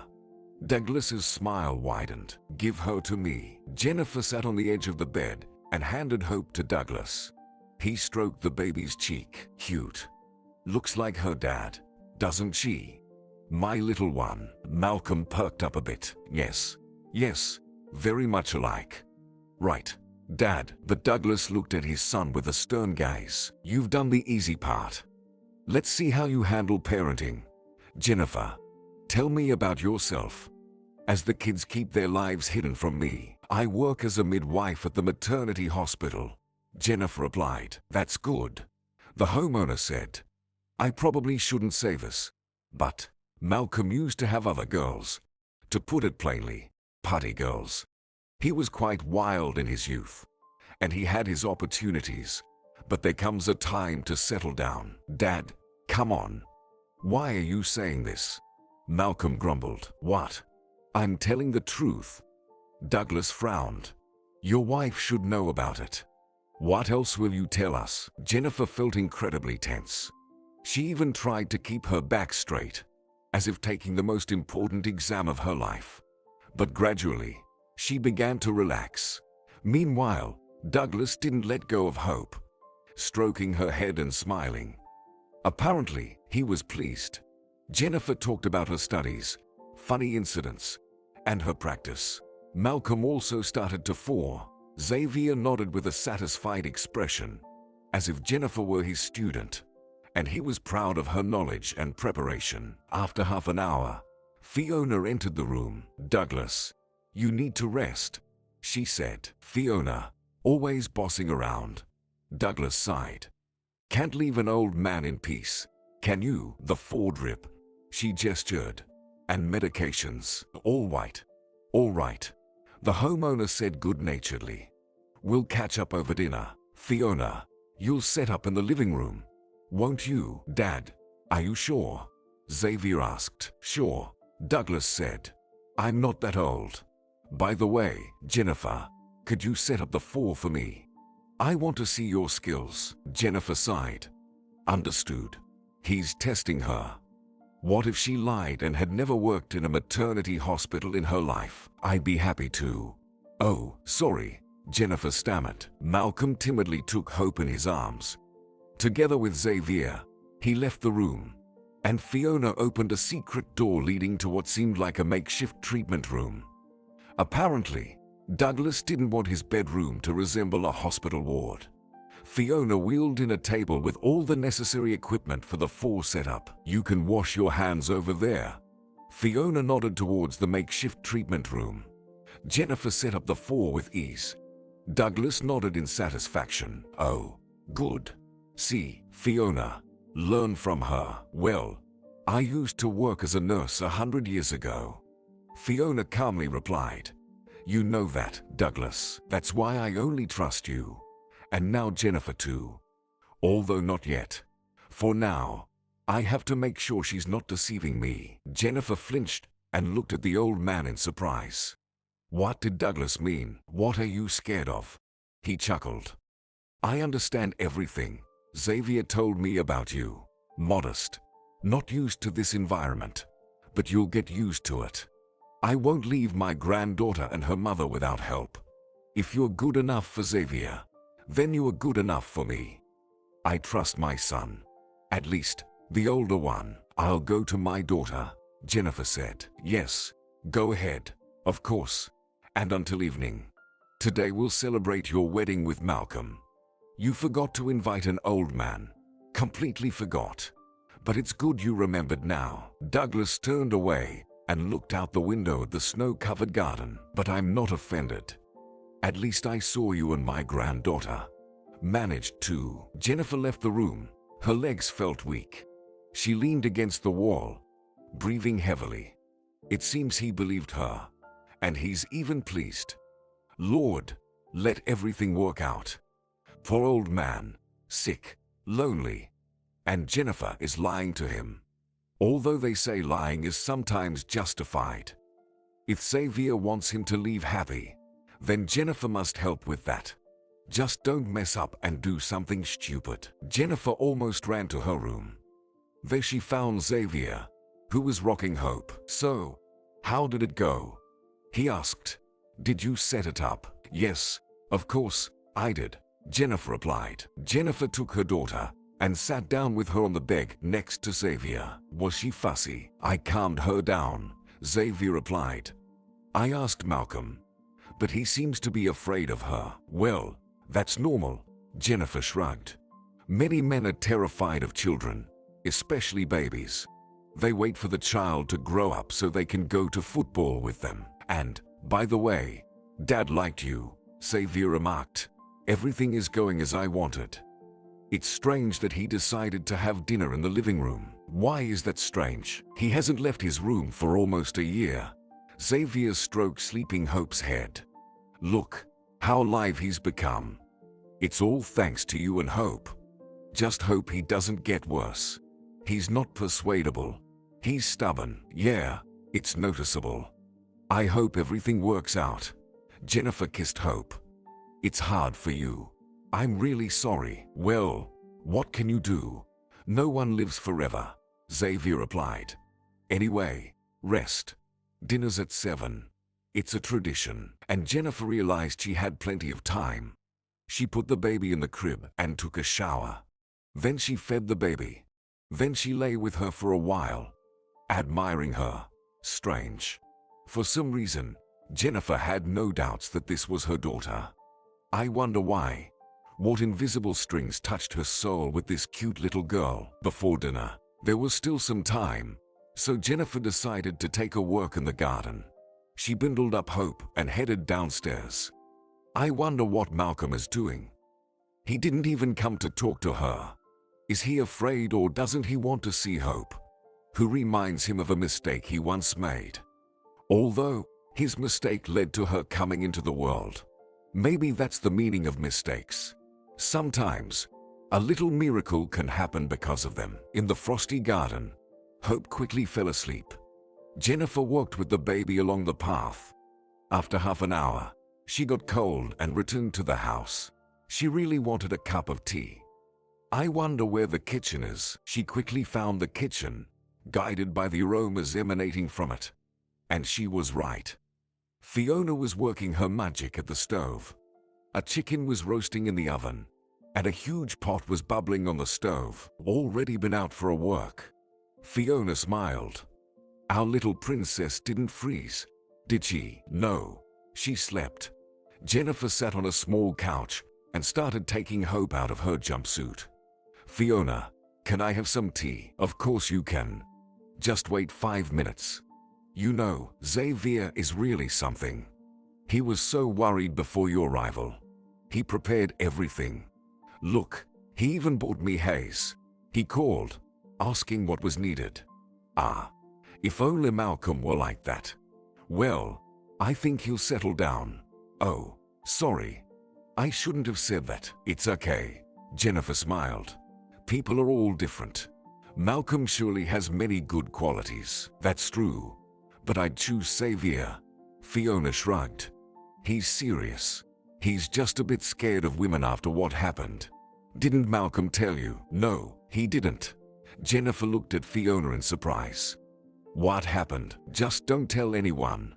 Fiona sat down next to Jennifer and pressed her finger to her lips. I felt sorry for him. It was awful. He was married. Seemed like a decent girl. Also a lawyer. Smart, but a bit arrogant. Margot was capricious. But Xavier loved her deeply, it seemed.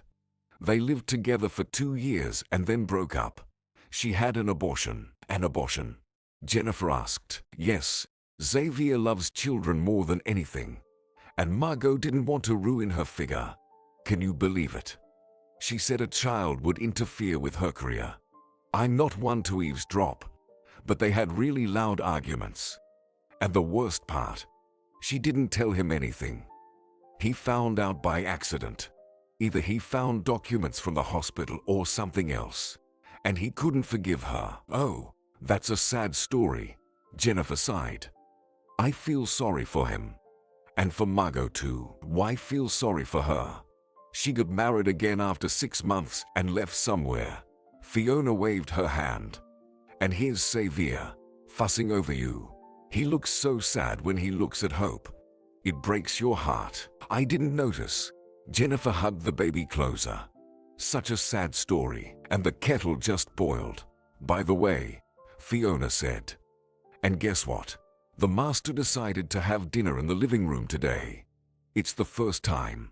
I'm really happy for you, you know. Maybe Malcolm will forgive him. It would be good. After all, he's still his beloved son. Fiona said, sipping her tea. Jennifer returned to her room. She needed to get ready for dinner. She felt a bit nervous, especially since Malcolm wasn't around. Where could he have gone? Douglas was a smart man. He would notice that they hardly knew each other. For dinner, Jennifer descended wearing the same dress she had on in the morning. She didn't have another option anyway. Douglas, looking just as pale, sat at the head of the table. Jennifer, sit next to me, please. I want to see my granddaughter, he commanded, and Jennifer complied. Xavier settled opposite her, while Malcolm nervously shifted his gaze between his father and brother. He looked like a guilty schoolboy anticipating inevitable punishment. Jennifer felt an urge to comfort him. She gently patted Malcolm's back and smiled. He flinched but returned her smile. Well, that's a start. The conversation was ordinary. Douglas, the host, inquired about the granddaughter's health, then asked about the surgery, and then about the wedding. Jennifer felt like she was being interrogated and dreaded making a mistake. Moreover, Malcolm gave her the right to answer his father, which was somewhat irritating. Fiona served the tea. Douglas leisurely sipped it, observing his sons with a contented look. Oh, Malcolm, you've made me proud. Found yourself a good, serious girl. Could have told me sooner that you're expecting a child. I feel rejuvenated, like I want to live again. Malcolm, escort me to my room. We'll talk a bit. Douglas's younger son nodded and jumped up from his chair. He helped his father rise, and they slowly made their way towards Douglas's bedroom, leaving Jennifer alone with Xavier. "You did great." He smiled. "Didn't expect you to handle it so well. I just don't want to let anyone down," she replied. "And I'm tired. I want to sleep. Let's go. I'll help with Hope." Xavier also stood up and lifted the bassinet, where the little one was dozing, from the chair. The next morning, Xavier went off to work. Malcolm stopped by Jennifer's room and attempted to have a conversation, but it didn't flow well. He still seemed afraid of Hope, although it was more amusing than anything else. Why do all young fathers behave like this? Well, almost all. There are rare exceptions. Xavier would probably be a very caring father. It's a pity his wife had an abortion without telling him anything. Of course, no one has the right to force a woman to carry a child if she doesn't want to. But still, Jennifer believed that such matters were better discussed with the potential father. Xavier happily took care of the baby, even changing her diapers when he returned from work, and offered to help bathe her. A strange thought crossed Jennifer's mind. After all, any man becomes several times more attractive when holding a baby. I wonder why. Douglas, as if rejuvenated, requested the table to be set in the living room again. After dinner, Jennifer went to him with Hope and sat with him almost until 10 o'clock in the evening. It seemed like even Douglas's complexion improved. Or was it just Jennifer's imagination? The elderly man talked about himself, his business, how he became wealthy. It turned out he started as a simple engineer at the factory. But in the 90s, he managed to navigate it, borrowed money, bought the right stocks, quickly learned to survive in new conditions, and he succeeded. Achieved everything he dreamed of. "Don't think I was a bandit," the elderly man said with a smile, rocking his granddaughter in his arms. "Everything was fair. Dirty methods are not for me. You know, I've noticed that those who lied fell, and the robbers have long been on the other side," said Douglas. "The other side?" Jennifer asked. "Yeah, as my old friend used to say, they've put on a wooden raincoat and peacefully guard the clay. But the people who acted honestly are still alive and managed to keep everything they had. It seems like there are higher powers watching over us. And they watch Jennifer very attentively, not forgiving our sins," Douglas said. "Yeah, maybe that's true," Jennifer said. "But I've never really thought about it." Douglas chuckled, and Jennifer realized that Xavier was terribly similar to his father. "Why bother thinking about it? You don't seem like someone who has sinned much. All right then. Go rest, my dear. I must have tired you out. See you tomorrow. By the way, I want to take a walk in the garden. Haven't done so in a while. You know, when this house was being built, I thought I'd be playing with my grandchildren in the garden. Just a week ago, I was thinking about it. Was sure it wouldn't happen, but it did. Thanks to Malcolm's efforts. And Xavier did a great job too," Jennifer blurted out. And why did she suddenly feel so offended for Xavier? He's the oldest. He's always had more pressure on him. Or maybe I'm wrong. Douglas sighed. The next month flew by like a single day. Hope was growing up. Douglas was coming back to life. He indeed started going out to the garden, which scared Xavier terribly. But these works seemed to benefit the man, even if they were short. Jennifer felt like she was growing fonder of Douglas by the day. He had a great sense of humor, was intelligent and well-read, and he genuinely adored his granddaughter. But Malcolm still held himself somewhat aloof, although he seemed to understand that his father had forgiven him, even if he didn't talk about it out loud. Xavier appeared satisfied. The only thing that worried Jennifer was that sooner or later, this masquerade would end. How much time did Douglas have left? A couple of months. Jennifer was torn between conflicting feelings. On one hand, she wanted to go home and be alone with Hope. On the other, she liked Douglas, and she also liked Xavier. What she was afraid to admit to herself, even. Another month passed. Jennifer managed to take maternity leave from work. It was a bit of a hassle, but Xavier helped her out. He said he wanted Jennifer to spend more time with her father, that she was needed by Hope. He often promised to continue helping her even after the divorce. He asked if Jennifer would allow him to see Hope when all this was over. Jennifer assured Xavier that she wouldn't stand in the way, and she was grateful to him. Jennifer became friends with Fiona. She realized that Fiona had a slight crush on the homeowner. In the evenings, they started lighting up the fireplace. Usually, they sat in front of it, the three of them, Jennifer, Hope, and Douglas. It seemed like Douglas genuinely enjoyed these moments. Sometimes Fiona and Xavier joined them.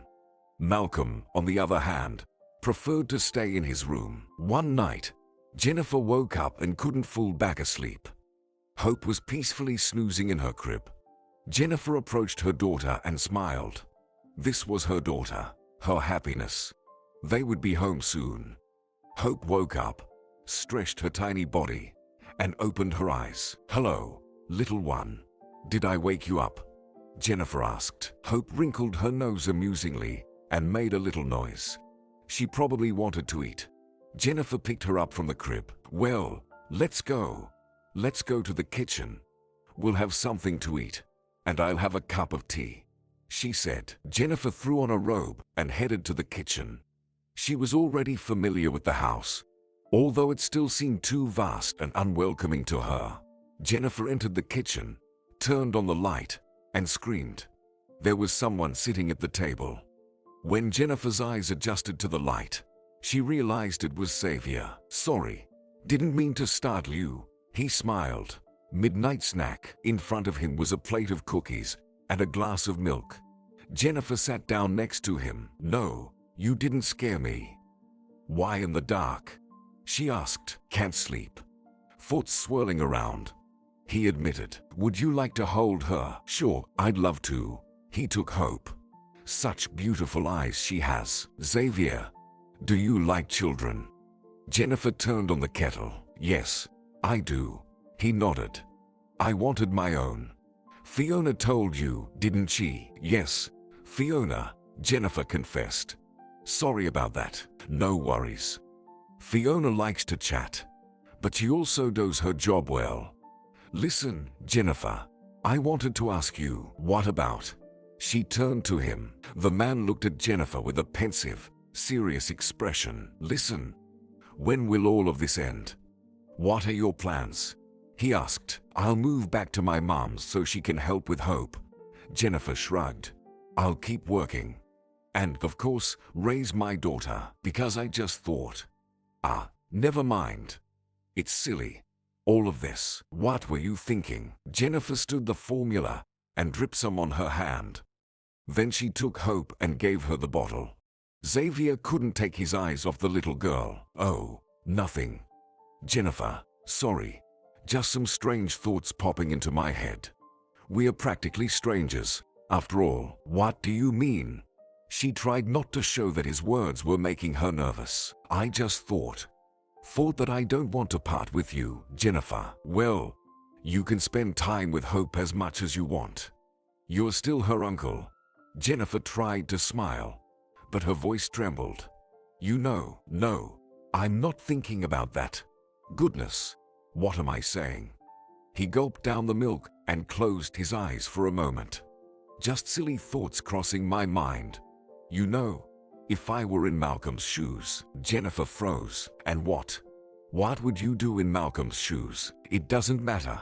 Good night." Jennifer watched Xavier leave. Suddenly, she felt unbearably melancholic. She felt sorry for him. His father was about to pass away. He had no family. His brother was wayward. And yet, he seemed to be successful in every aspect. Another month passed. Douglas was getting better, and that made Jennifer happy. But she didn't know what to do. She couldn't just leave like that. But she couldn't stay either. And he was already making plans, talking about which daycare Hope would attend, which school she would go to. And it seemed like he intended to take her to her first day of school himself. He simply adored Hope, and Jennifer felt like he might like her too. Sometimes, Jennifer thought it was a pity he wasn't her real father-in-law. It would have been much easier then. The time for the surgery was approaching, and Jennifer was terribly nervous. Douglas found the best clinic and promised to cover all the expenses. Jennifer was sincerely grateful for this, but at the same time, she was burning with shame. Xavier drove Jennifer to the hospital. Malcolm cited urgent matters. Jennifer was beside herself with anxiety. She stayed with Hope. They were placed in a separate room together. Xavier stayed with them for half an hour, then left for work. Jennifer burst into tears as soon as the door closed behind him. The surgery was done the next day. Jennifer called Xavier first, then Malcolm. Malcolm politely congratulated her and hung up. But does he really feel nothing for his own daughter?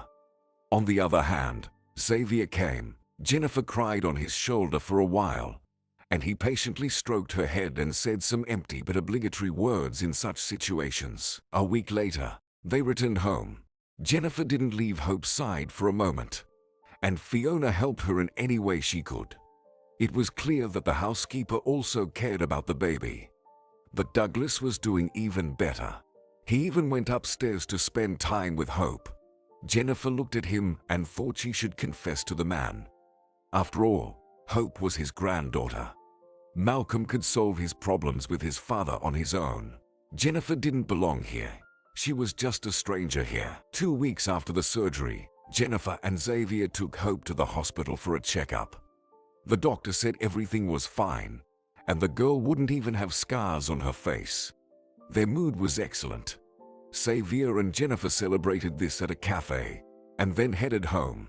On the way, she decided to talk to him. "Xavier, I can't take it anymore. I'm ashamed," she confessed. "Dad will be upset if he finds out." He looked sadly at Jennifer. "Maybe just a little longer. He's better now. I spoke to the doctor." She turned away and stared out the window. "His condition is unlikely to deteriorate. Let's talk about it tomorrow," Xavier suggested. "You know, I don't want you to leave either. I've got used to having you around." Jennifer smiled, but her eyes squinted for some reason. Yes, she had gotten used to him too. Used to him coming straight to her after work. To him helping with the baby. Sometimes Jennifer even felt like they were a real family. If only they could really be a family.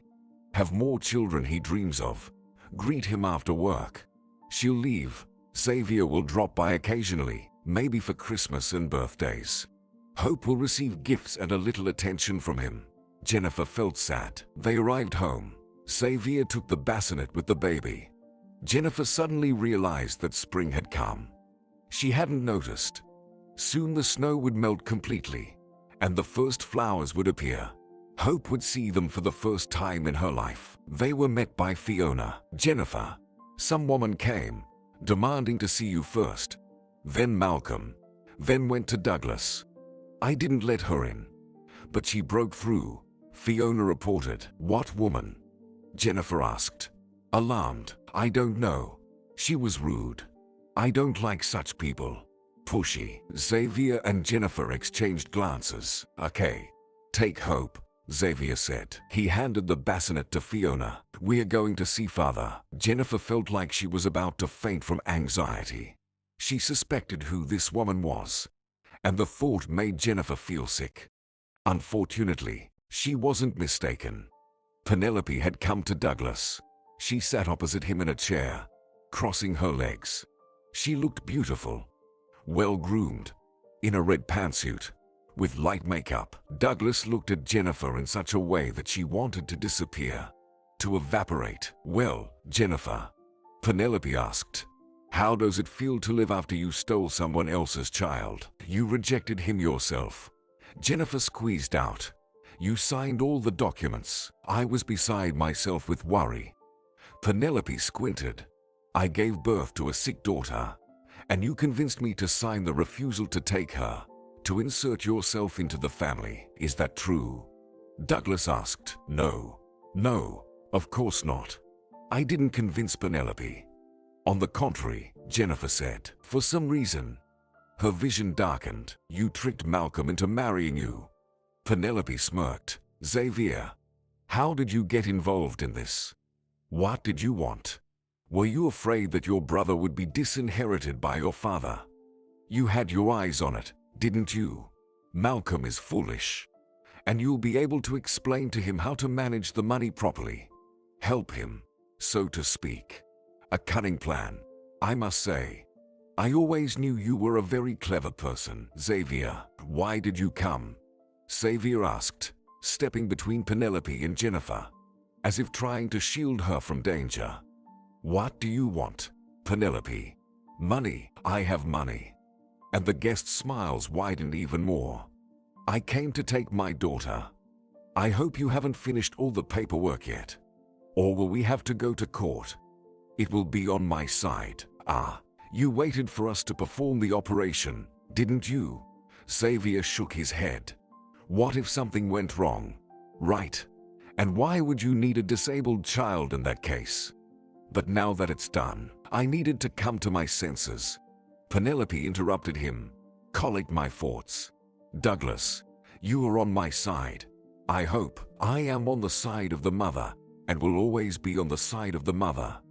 Douglas replied. Penelope nodded triumphantly and rose from the chair. So, Jennifer, did you think everything would work out?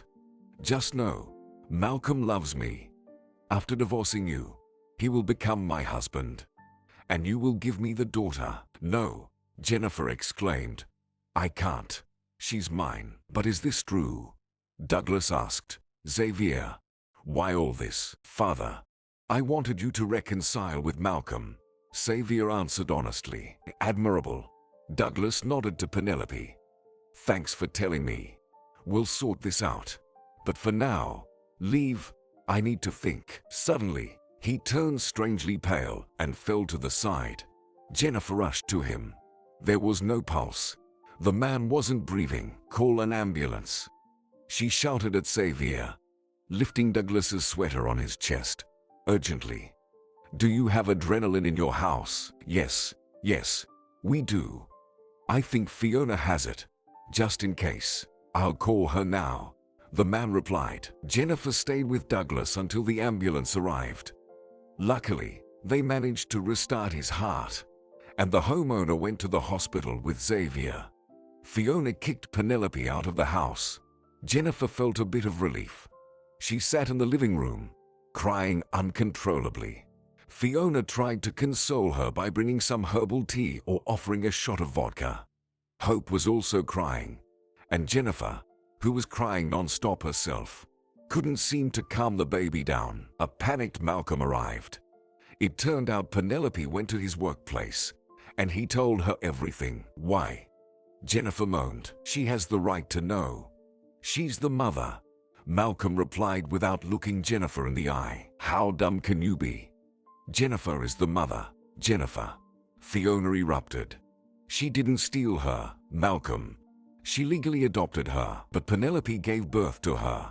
Malcolm replied. And anyway, it was all Xavier's idea. Let him deal with it. That night, Jennifer went home with hope. Maybe they would take her away soon. Most likely, they would.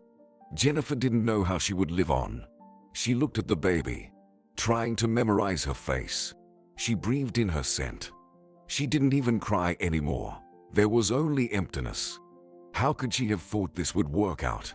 How did Jennifer even come up with this idea? After all, miracles don't happen. She lost her first child, and she would lose the second one, whom she had already grown to love. 3 days passed. No one called or texted Jennifer. She mustered up the courage to call Xavier.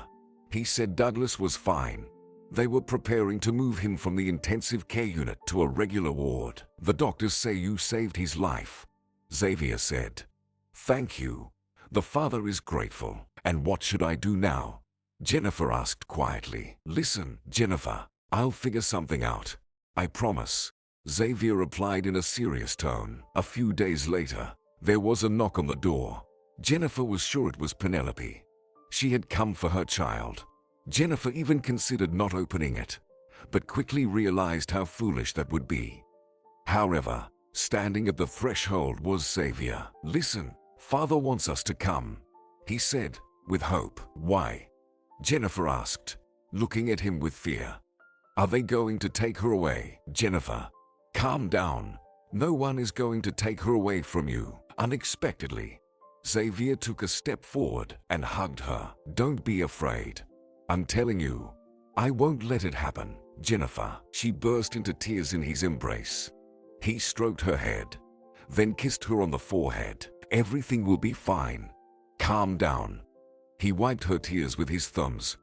I'm telling you the truth. Jennifer smiled, seemingly for the first time in days, and went to freshen up. For some reason, she didn't feel scared next to Xavier. They reached Douglas's house quickly. The homeowner was already waiting for them in the living room. To Jennifer's surprise, he looked perfectly healthy. She sat on the couch, holding Hope in her arms. Xavier settled down next to her, which made her feel a bit calmer. You know, I absolutely despise being lied to, started the homeowner, and I've told you before why we lied. To get you to reconcile with your younger son, right before my death. Is that it? And Xavier nodded silently. Well, people do strange and illogical things for love. Jennifer, did you really go along with this so that the girl would become yours? Yes, I did. She nodded. I had no other reasons. I swear, she didn't know who you were, or who I was. Xavier said to his father. He suddenly placed his hand on Jennifer's shoulder. Dad, she wasn't interested in money. I'm sure of that. Were you planning to divorce after my death? Yes. And Jennifer hung her head. But I don't wish that for you, really. It's a funny thing. Douglas smirked. I actually was planning to die until you showed up. Even the doctors are surprised how it happened. So, I thank you, and even forgive you, Jennifer. But not you, Xavier. Penelope will take Hope. Jennifer blurted out. That was all she cared about, nothing else. Douglas looked at her with a long, piercing gaze. Do you know how much your daughter is worth? What? Hope is worth several $1 million. At least, to her mother. I paid her the amount she asked for. But for you, Jennifer, I see Hope is priceless. Xavier squeezed Jennifer's hand on her shoulder. Huge tears rolled down her cheeks. Really, let's consider it part of Malcolm's inheritance, which he won't get in the future. Douglas shook his head. You were right, Xavier. I've spoiled him for too long. He said he'd marry this Penelope after the divorce. I think this will be a lesson for him. And don't you be an idiot either. I'm asking you. All right, what? Xavier asked again. Exactly that, Xavier. Do you think I've become so old and foolish that I can't see obvious things? Jennifer, an exceptional woman, Xavier. I don't understand, Xavier muttered. Yeah, I thought at least you'd be smart about it, sighed the homeowner. Let's go eat, fools. Fiona made chicken just the way I like it, with rosemary. 5 years later, Jennifer loved walking in the forest, especially to this clearing. There were some incredible bright yellow flowers growing here. Mom, look, butterflies, suddenly shouted Hope and grabbed Jennifer's hand. Let's catch one and bring it home. We can't. Butterflies are better off here, in the forest. Jennifer smiled at her daughter. Because they have little babies too. Hope's eyes lit up with curiosity. Like you and Daddy. Yes, sweetheart. Jennifer sat down next to Hope and adjusted her cap. Mom, let's pick some flowers and take them to Grandpa. Or make a wreath for little sister. Jennifer stroked her belly. Her second daughter would be born soon. They already came up with a name for her. Grandpa Douglas will soon go crazy. It seems he's ready to buy everything he can. He adores Hope. Surely, he'll love the younger granddaughter too. He wouldn't spoil her. But what can you do? He's a grandfather, after all. Jennifer was immensely grateful to Douglas. It was he who helped Hope stay with Jennifer. It was he who found the best doctors and paid for treatment. And only thanks to him, Jennifer and Xavier would become parents. Let's give these flowers to Grandpa, honey. Hurry. Collect them. Daddy will be home from work soon.